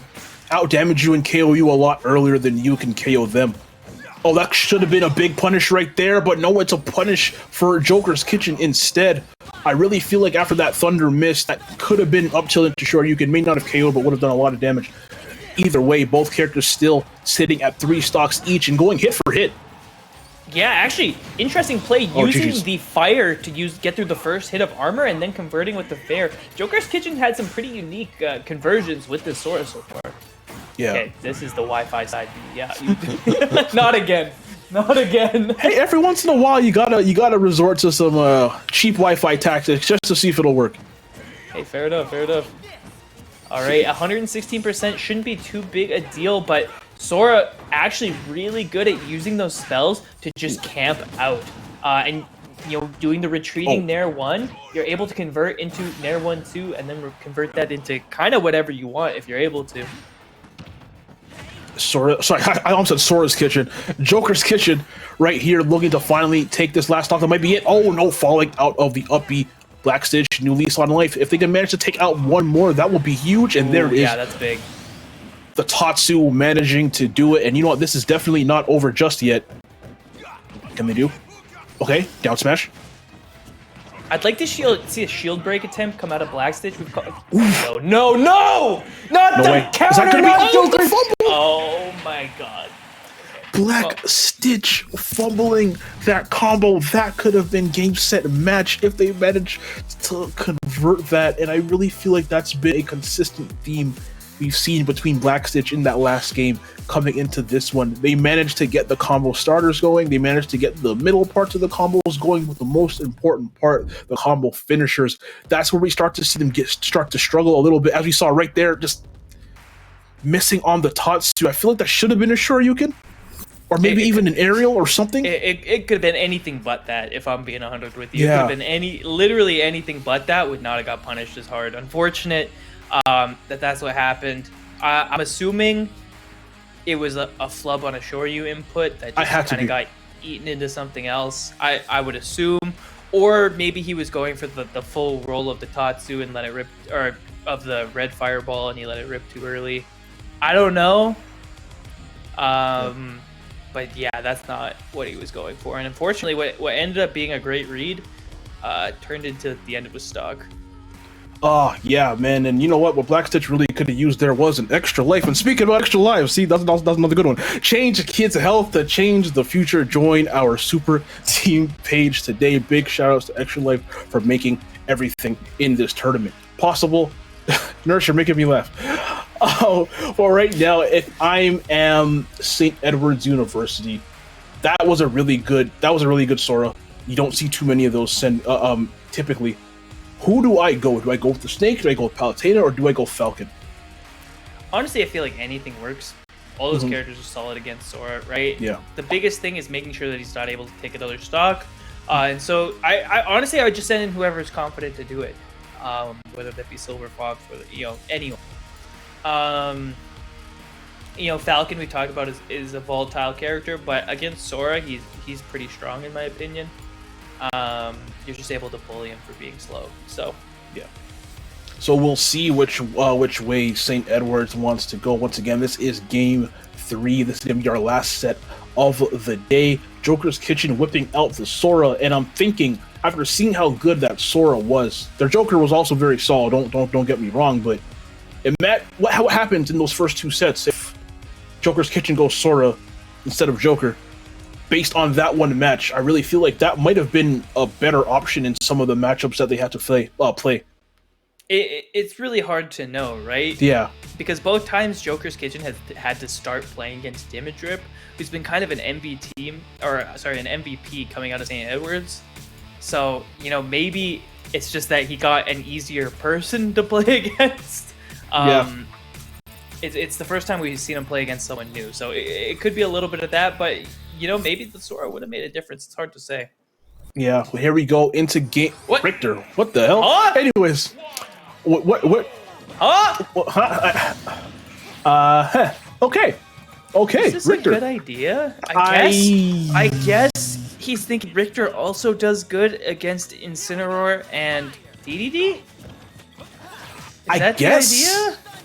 I guess. It's gotta be, but Richter does really bad against Jigglypuff. Terribly. Oh, man. Hey, let's work it out in the Sora matchup at least, but it's not really this match I'm worried about. It's no.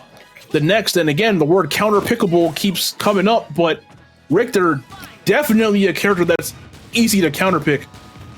No way he hit 4 of those! No way. Joker's Kitchen, man! Joker's Kitchen! There's no way 4 of those should ever hit you in a row. Oh my god. Is that gonna be a soft? Way! No. Okay. Is that it? Okay. What was he cooking, man? What? I don't know, but I definitely don't want it. It's overdone. That's all I know. It's overdone. Just a little bit. But yeah, Blitzball pulling out the Richter out of seemingly nowhere. Yeah. And now Muja, I would assume, is probably coming in next. I would absolutely just go Jigglypuff right now. Richter and I guess the Castlevania characters are one of the few projectile characters that I really feel like Jigglypuff does well against because of how slow everything is for them. Their projectiles all really good, whether that's the cross, the holy water, or the axe. They're all really good projectiles when they hit. But since Puff is just so maneuverable and they're all so slow to come out, I really feel like Jigglypuff take advantage. And on top of all that, very linear recovery, which can just one neutral air from Jigglypuff, and you're basically your stock is forfeit. Replay. No. What else are we gonna show? Oh, that hurts. That hurts. I would imagine Mujo's coming in now. Yeah, the other thing is, like, if you forward throw Richter with Jigglypuff, he's pretty much dead. Yeah. So you just forward throw Nair. What is he gonna do? Can't do anything. But the other thing is, and this is something people don't consider, it's why Jigglypuff does well against Min as well. But the Nair and Fair lingering hitboxes actually beat Min arms and Clank with the whip. Oh, okay. Did not know that. So you throw it out and you don't really have to worry about that anymore. It's actually super annoying. Yeah. So, I believe maybe the sweet spot of whip it wouldn't clank with. So if you hit right on the tip, but if you hit anything but that, then the Nair will just keep on chugging. So okay, that's something you're gonna have to worry about as Richter. The offstage thing is so big though. Like literally just fast fall Jigglypuff Nair. Like pretty even much if you have a just jump, do it right, you're dead. Yeah. Yeah. Like, even if you have a jump, even if you have a jump, it doesn't matter because you just double jump Nairs, right? Yeah. That's when you have to start going for risky stuff, like hey, I'm dead. I might as well try and go for a down air or something. Like that's when you have to start going for like risky stuff like that. But you never have to. Where were you? When like, Shuton down air to Pikmin? Oh, yeah. But, I'm impressed. Yeah. But like you never have to want to rely on that, on things like that to get back to stage. But yeah, looking at the roster that Irvine Valley has left, Scooter, I'm 1000% just saving as anchor at this point. I don't want to send DDD out just based on the fact that I'm going to get hit by every single projectile from King DDD, plus my Gordos are going to get sent back at me. So I really think the best option here is just go for Mujo and Jigglypuff. But hey, we've been wrong with predictions before, so I don't want to say anything for certain. Yeah, we sure have. The tough thing is if you send out DDD, like, man, Axe becomes just a problem. It's so big. slow in the air, and DDD is so big, and then you start opening yourself up to Axe F smash opportunities, right? And those are shield break setups and stuff like that. So DDD I definitely wouldn't even look at right now. But, yeah, they are sending in Puff. We're seeing the Puff. Yeah, that makes sense. Definitely the smart choice here as we're on Yoshi. This is the first time we've seen this stage today. Yeah, it is. And we saw it right there. Pound actually clanked with whip. Yeah. Oh, that's a punish. Oh no, you know what? Up B right to that platform. I don't know if they knew that was going to happen, but either way, that's a really good thing for Richter in this matchup to use that up B right underneath that middle platform. But yeah, Puff is just going to do so well at maneuvering around everything, and this is going to be big. Okay, does manage to get back on stage. That could have been a rest. Yeah. I was looking for the roll in there. Yeah, both these characters do really well at killing off the side. And so, this stage, I don't think it favors anyone in particular. Oh, GG's. Oh, never mind. Man. Up smash could have done something there, but you got it. Sometimes you miss those. Richter's upbeat, being able to hit that top platform makes it a lot safer. And so he's a little less worried about letting that rip. That being said, the kills off the side are what Puff's going to be going for. That back air is going to get killing that much earlier. So I think the stage is pretty even across the board. Forward air coming through, acting the wrong way twice. Hey, once I could forgive you, but twice, come on. Okay, and honestly, Mujo, no commitment off stage. Just Nair! Yeah, just Nair! That's it. Okay. That's it. Yeah, okay. It's good. Didn't have to do it that time, but a point you brought up earlier is all Puff really needs to do is forward throw off stage, and we saw why right there as an axe hits. Another axe coming out, no, but forward tilt is definitely going to do it. DI a little bit suspect there, but hey, if you're Richter, you will take that any day of the week. Yeah, I mean, honestly, I would like to see Mujo just kind of commit to going to the ledge and just chilling a sec. We haven't seen a ton of Holy and just converting. Like that down air could have easily led to a fair, which should have led to a stock. The Nair here lets it rip too early, and it's actually going to allow Blissful back to the stage. There's a couple Oh flubs no, here. you're not good. No. Okay, Help! okay. Was that BM or was that an actual attempt at a No, roll? that was a flub. That was probably supposed to be a pound. If I had to guess. Okay, Richter If I right had now. to guess. All right, there. That's there. it. Yeah, Thank that's you. it. That's stock. He's That's dead. it. That is all you have to Yeah. do against Richter as Jigglypuff. That is it. That will work 100% of the time. And a lot of the time, like it's not that deep. You think it's supposed to be harder than that? It's not Yeah. that deep. Run Nope. off in there. What is he gonna do? Nothing. All right. Ooh, going for the falling up air could have converted that into a rest. Good mix-up, but really good awareness from Blitzbolt to shield it. Holy water forward smash, not going to be enough. Oh no! Ooh, had Cat, a you lock gotta there, believe rest, in and is that yourself! not enough? Big punish. Not going to be enough to KO. I mean, you'll take that rest any day of the week. The flower is gonna do a ton of damage. You can just wait Yep. this Oh, out. that's it. Oh no. No, And that's going to be a doesn't get- stock for certain. Should have just went for something a bit simpler. Didn't need the rest in that scenario, and you lost a very important stock because of it. Oh, That's- that could have been. That's the second time that Musha. No, Oh my god, he tried. He tried. I respect it. I respect it. That is the second time that Musha could have just up smashed and taken a stock, and he chose to go for the sauce. We've seen him do that a couple times now on the shield break. He also decided to go for the sauce. How it goes, man. Sometimes you want a little more, but like I said, it ain't that deep. You know what I mean? Fastball in there, up smash. Let's get the job done. There's nothing Richter could really do about it, but that one stock going for the rest in the end there, like in a match that has been this close up until this point, holding on to that stock could be the difference between, winning and losing. And if Irvine does lose this match in the end, this is the match I feel like that really decided the direction of this set. So we'll see. We'll see what happens going forward. But to talk about matchups and stuff right now, on the side of St. Edward, we just saw Blitzbolt, we saw Black Stitch early. They are down to Silver Fox and Dimidrip with the Snake or the Palutena. I think I opt for Snake. Yeah, in this I think scenario. you just let the Snake ride here. Just let it go. You can camp the Jigglypuff for free. They can't chase you. It's really, I don't want to say it's free, but like it's very easy for Snake as opposed to Palutena, who has to work a little bit harder for it.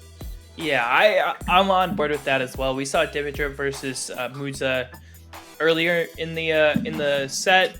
It went pretty well. Those up tilts, like we said, are coming in big, especially when the long hitboxes of Puff's aerials kind of gift you a couple grenade hits. Yeah. I think Snake is the play here, and if you're able, like you said, if you're able to just take that stock without losing one, especially because they got Musha down to 1. This is the time to do it with confidence, I think. Yeah. I feel like we're going to have another set where we go down to the wire. I think this is going to come down to whoever the last player is on both teams again. Just with the way this is going, you think one team is getting some momentum.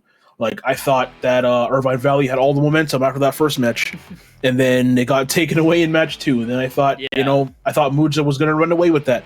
They end up losing 2 stocks in a matchup where they probably shouldn't have. And now whoever St. Edward sends in, whether that's Silver Fox or Dimidrip, I feel like now they're probably going to shift the momentum right back, considering Muja only has 1 stock left versus potentially having 2. So like, I really feel like this is going to be a match that comes down to whoever the last 2 players are. Yeah, and honestly, there's potential that we get a matchup that we've already seen in the final 2. If Dimidrip goes out right now, that means we're seeing Silver Fox going at the end, and so we could potentially see another final match of Circle versus Silver Fox. And like I said, that came down to the absolute wire the first time we saw it. Yeah. I imagine it would again. I also think sending in Dimidrip right now is probably best, because I would want Dimidrip to avoid playing Scooter. I would really want to avoid that just because on paper, Scooter is just incredible from what we've seen, and just Snake and Incineroar is a matchup that, regardless of if you want to say it's whoever's favor you want to say it's in, Incineroar does really well in that matchup, especially for a character that's not like super high tier. Does really well in that matchup. So I would want to avoid Dimidrip playing Scooter for any extended period of time. Either way, going into this game 4, and they are opting to send in. They are sending in Dimidrip. Then We both predicted this. Absolutely the best pick. And I would imagine Scooter would come in after this, unless they do want to save them for Anchor, no matter what. Yeah, I think honestly, Scooter and Circle have been looking like the two MVPs of this Irvine squad. Yeah. So I think you're fine with either of them going last. So I think after how poorly, Dimidrip versus Circle went last time, I think you're definitely putting Scooter in and testing your luck on that matchup instead. Most definitely. Muja at 79%. This is one really good hit away from being game set match for them. Are they gonna do it? That Nikita just whiffing back here. 106 on this puff. Gotta watch that Nikita drop. Yep. Oh, and this is well within up till kill percent. There- Dimidrip yet to be hit, and Muja taken out without a single hit on Dimidrip. And like I said, we were talking about it. You even this up if you take that stock. Yep. Right? And we know with a lot of certainty that Dimidrip was going to do that pretty clean, just based on what we've seen up until now and how well he's been performing. You're feeling pretty confident about it. So I think if you have a chance to even up the stock count in a series that's this close, you take the better chance, regardless of what that means elsewhere. Yeah. No, I totally agree with you. Even if that means potentially Dimidrip having to play Scooter in this next match, if you can take that free stock to even it up, you just have to trust your player in, kind of a bad matchup. You have to trust that they're going to do the best that they can and potentially take one or two stocks off of whoever this next person is. Though Scooter is, I probably think, the best choice. We saw them send in Circle against Snake before.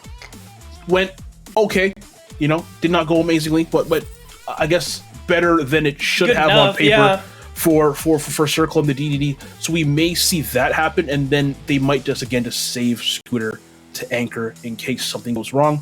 Trust Scooter to take off maybe 4 or 5 stocks if something happens. Either way, I think Irvine's in a pretty good position. Yeah, it's hard to argue. I mean, it's really hard either way because we've been seeing how close these games have been pretty much without fail. Yeah. Right?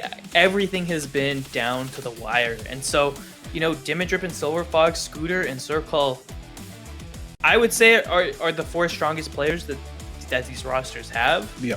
For the most part. And so I think it was very tactical to keep them for the end, but I also think keeping all these guys to the end puts it really up in the air. We do not know who's going to come out on top because these guys are good, man. Yeah. In showing why they are representing both of their schools, showing why they managed to, neither team is winless, showing why they managed to get the win or wins that they got, and both of them just trying to keep their head above water. Neither of them have great records at the moment. They don't want that record to be even worse. Both just trying to keep their head above water here. Middle of the pack kind of programs, I would say. I think we have a definite number one with Northwood. I really feel like just watching these two, they're both kind of in that middle group of a bunch of teams just trying to fight to I guess, separate themselves from the bunch. And to go down here and to have potentially a losing record, you don't want to do that with 3 or 4 weeks left here in this in this regular season. So whoever they send in is going to be huge for determining how the rest of their season goes. Yeah, I think it's a big deal, and I think we were kind of talking about it before, but it's worth bringing up again, is that, a lot of these guys are grinding currently, right? And so how long the season is, how long the Star League or the Star League season is, lends itself to these guys getting better. Yeah. Right? And so the team that comes in might not be the same team at the end of, qualifiers. Just due to people getting better, people grinding, that happens. And so getting wins early is really nice because you don't know who's leveling up on the other side. You want to make sure that you have those wins, and that while your own guys are leveling up, you don't want to be on the back foot. And we're seeing a K rule come out from Circle. They want to save Scooter for the end, and they're willing to go this far to do it. Hey, K Rule is a top tier crew battles character. Let me tell you, it's a big matchup check because no one likes to play the character. Able to take stocks at a incredible rate. Again, especially if you don't know the matchup, is able to deal with projectiles a lot better than King DDD can. Has that belly armor, has a lot of tools that make this character deadly in a crew battle. So not too shocked to see that Circle has a King Dedede in the background. Yeah, it's interesting, and honestly, we're seeing this crown come out really huge. The armor on crown is going to make it easier to deal with grenades, but also the crown itself is going to stop them in place, and so a lot more tools than Dedede has to actually deal with the grenades in general. And then 22% off that up throw, hard to argue. Yeah, and one more grab is probably going to be the stock for Dimidrip. Even a down tilt here into something, until a forward tilt might actually be a stock too, where we'll see how that goes. Edgeguard. Okay. Doesn't go for it. Interesting. Oh, there! I didn't even think about that. Yeah, you can just armor through the Cypher hit. Almost no other character can actually do that. And we saw right there, Dimidrip actually stuck Circle. Let's it go a little prematurely. I don't know about that. I would have done it off stage and tried to maybe convert into like a forward air or a back air. Yeah. Man, either way, for Circle, fantastic awareness to get that forward smash. I thought that was gonna miss. Absolutely. Down here. Okay, Dimidrip sniping out with the Nikita, really good stock, and once again we're tied up. Yeah, might have been able to nair through that, but it's hard to know with Nikita. One of the really things that makes Nikita really good is that if people actually negate the hitbox, if you cancel Nikita, it regains its hitbox. So it's really hard to double hit Nikita out of its hitboxes. Yeah. Grenade, up airing that grenade, taking damage for no reason, and putting Dimidrip an opportunity, giving Dimidrip the opportunity to follow up. All right, playing a little bit of catcher. Yeah, honestly, as Circle, you're willing to play this safe. You have the lead, and so there's no need to commit to anything, too ambitious. There's a C4 right there. Yeah. Okay. There's the crown. Good kind of get off me tool there. I thought we were going to see a dash attack coming through from Circle, but not going for it. Blunderbuss, almost getting the snipe. And using using that command grab the wrong way and getting punished for it immediately. Dimidrip now, okay, I lied. Both players now one stock away from setting their teammates up to get the W. 4 stocks each once again. Who is getting hit with what right now? So much damage was passed back and forth. Oh my gosh, he could have converted that into an up tilt, choosing to wait. The C4 coming through, 121% on Circle. It seems like the stock was fresh just a second ago, and up tilt will be the trick. What's the mix up? No! All right, now he's at that's true bad position. Up tilt percent, but what are you going to do to the Nikita, man? Yeah, that belly armor only works if the thing's in front of you or below you. It hitting K rule from up top, especially with a Nikita at that percent, is going to do it 100% of the time. As soon as I saw them go that low, I kind of figured that was going to be the match. But yeah, Dimidrip hanging on to that, saving now Scooter as the last person on Irvine Valley College. Yeah. Honestly, between everybody I've seen today, I really feel like there's no better anchor than Scooter. And this matchup against, one stock against Snake and Cineroar, I feel like this should be not necessarily easy, but I'm confident Scooter's going to be able to clean this up pretty quick. It'll be tricky, I think. One of the interesting things here is, we haven't seen a huge stock lead at all. Pretty much this whole best of 3, but that includes this series. If Dimidrip is able to take a stock off Scooter here, that puts him at a stock advantage. Yeah. All right. We've seen Scooter play from a stock deficit before, but we haven't seen him do it against Silver Fox, who has proven to be one of the stronger players on this roster. So it'll be very interesting to see what they can cook up. And speaking of cooking up, we got Dunkin' Donuts. The May Star League runs on Dunkin's. I hate you. What do you mean? May Star League runs on Dunkin'. Thank you so much to Dunkin' for being a sponsor of the May Star League. I actually hate you, bro. Those fresh donuts and that fresh coffee. I actually hate you. Anyways, going into Game 6. Oh my, that was good. Game 6, Irvine Valley College down to their last player, and it is Scooter, who has been the MVP for them up until this point. Dimidrip on their last stock. Again, if you look at the tier list, you'll see these characters. You'll see Snake at the top, Incineroar somewhere in the middle, but please do not let that fool you. This is a matchup Incineroar does very, very well in. Revenge is an amazing tool to utilize, especially considering the amount of projectiles that Dimidrip and Snake are going to toss out. And it actually seems like Dimidrip might have a little bit of experience in this matchup. Before it started, I was going to talk about how one thing Snake can really do in this matchup to change it in his favor is throw a lot of grabs and mix up the grenade timings. When you mix up the grenade timings with grabs, it can mess up when Incineroar is actually revenging and give you a chance to punish it. We've seen it a couple times already, and that suggests that he's done this before. Ooh. And a stock taken off of Scooter. This is huge, and what we were talking about just before, this puts you in such a good spot to win if you're St. Edward's College or University. And you know what? Dimidrip is actually in a position where they can take off one more potentially if they don't get Alolan whipped. I could definitely see one more stock being taken off here. Again, planting some grenades. Getting... I think there's C4 on the stage. Oh, there's a C4 on the stage. The C4s are so good. There's one more C4 middle platform. Irvine has really struggled across the board with the C4 mix-ups that Dimidrip's been throwing out. He's been finding, I'll say it, too much value off these C4s. There we go. Ooh, but that the was painful. Dash back to catch the roll in, that was a little cheeky. Are you saying that because he got hit in the butt? No, but but either got way, it. You got it. Sure, now I am. Man, there you go. Either way, Scooter barely kind of surviving that. That was, taking off 2 stocks was definitely in the cards there for Dimidrip. But yeah, Scooter barely hanging on, down to 2 stocks, and now Silver Fox is the last person left for St. Edward's. We have seen Scooter come down or come back from being a whole stock down in amazing fashion in the previous set. We saw them do it against Black Stitch. But I have a good feeling that Palutena is not going to drop as much stuff as Ryu is going to do, as Ryu is going to. So this is really coming down to the wire. I kind of want to give the edge to Silver Fox, but it's hard to say that confidently just knowing the damage that Incineroar is capable of.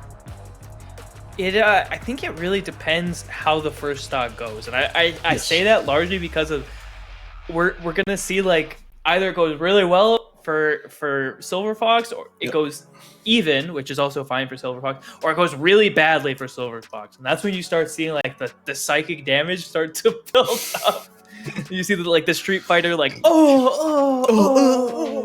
as you just get blown up on that first stock. I think if that happens, we're gonna see Scooter kind of start to ride the wave and ride that momentum a little bit. But I think if Silver Fox is able to weather that storm a little bit, keep his composure, kind of keep his feet under him, Palutena has a solid game plan, and sticking to it is usually enough against Incineroar.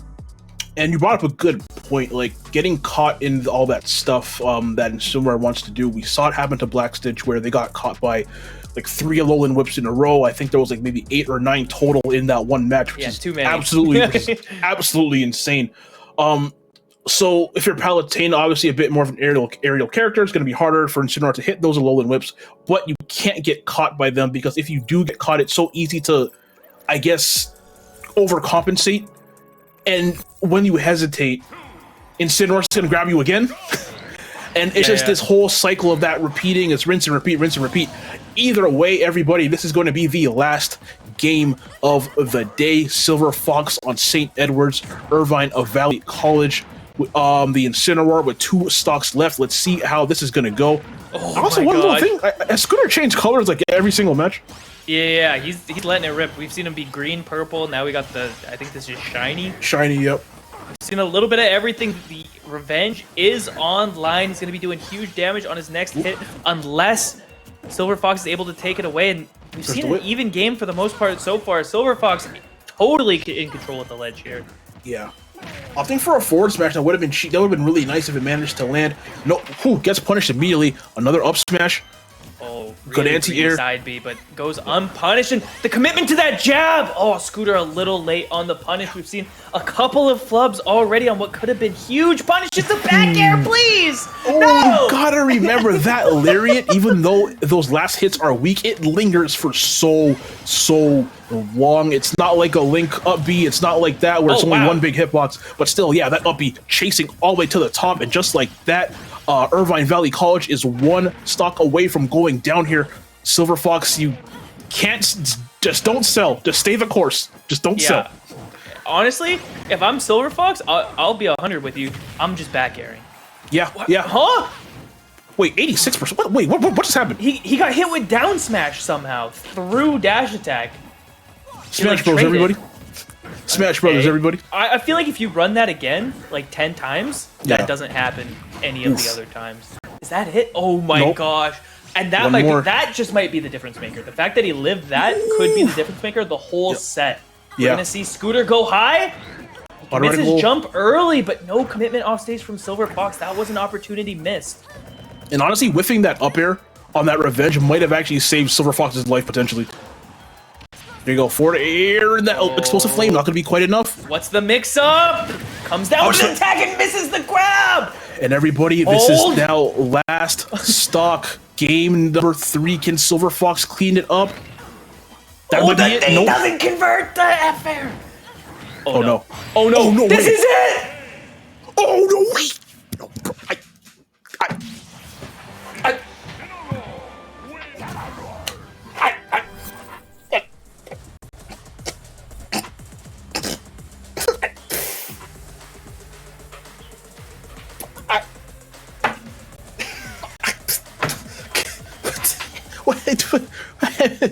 Good job.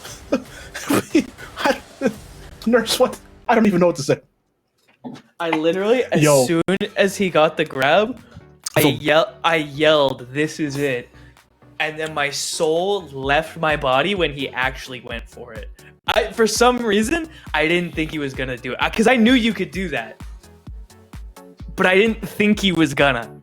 I didn't think that he was gonna, and I said this was it. I knew it was it, and then just the Grim Reaper took me, man. It was like I don't have any...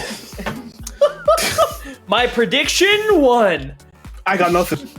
Oh, I got nothing. Easy. Scooter's the greatest player of all time.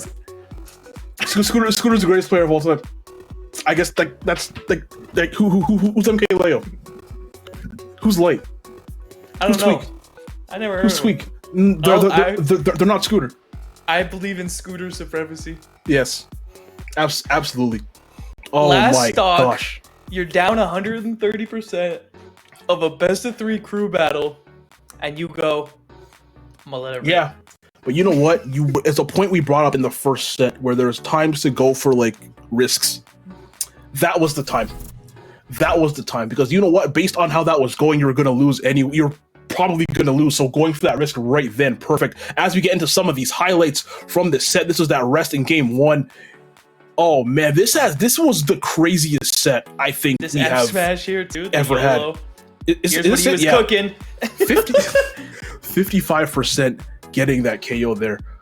Oh my gosh, and this was such an incredible set, man. Honestly, there were so many big moments just across the board. We saw Scooter having just moments of brilliance the entire time. And honestly, their tag is Scooter TM. So obviously they also believe in him.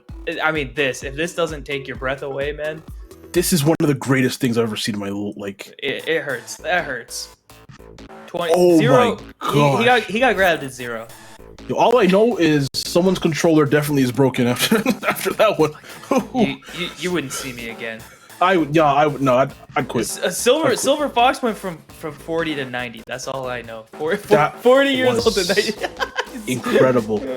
Man, big shout out to both of these teams, to both St. Edwards and Irvine. Fantastic play all around. But yeah, we have to just give that spotlight to Scooter. We saw what happened in that second set against Black Stitch. Basically had no business winning that match, if we're being honest. It ended up doing it. 2 sets in a row where Scooter won with only 2 stocks. Yeah. And that's just the power of not just Incineroar, but when we have a player like that who is clearly just able to keep their cool in clutch moments, That's one of those things that you can't teach people. You got that or you don't. Ability to not just to keep their cool in those clutch moments where they come down to the wire, but able to be better in those moments is one of those things where like you cannot teach that to somebody. You got that or you don't got that. And what's one of those things that is very rare, and I really feel like Scooter is one of those rare people who just kind of has that dog in him, as the kids are saying now.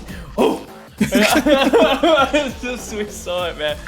Oh, that was I don't even have any words for that last. I don't even have any words for that last one. But anyways, everyone, we're gonna have a quick interview with Irvine of Valley College, and I got some questions for them. I gotta know, man. I gotta know. Okay, well, Scooter. Oh, there he is! Scooter. I gotta ask you. Look, I do a lot of talking in my field. Okay, it's not very often I am left speechless. I lost all sense of professionality. I have the dog in me. You got that dog in him. Well, I gotta say, man, I gotta ask, what the hell were you thinking in that last stop? I just went for it. I had nothing to lose, and I just went for it. That was absolutely just incredible. But let's calm down. Let's get to the actual questions. Okay. We got some real questions. So go ahead. Okay, so we saw you coming in as the anchor for those last two games, and then we saw you come in with only 2 stocks on those last 2 games. Are you usually the anchor for this squad? Is that something you're kind of comfortable with, or you're willing to do? Not really necessarily. I usually like to play lead or mid just to get a feel, because Instin's just a character that's really good at taking stocks.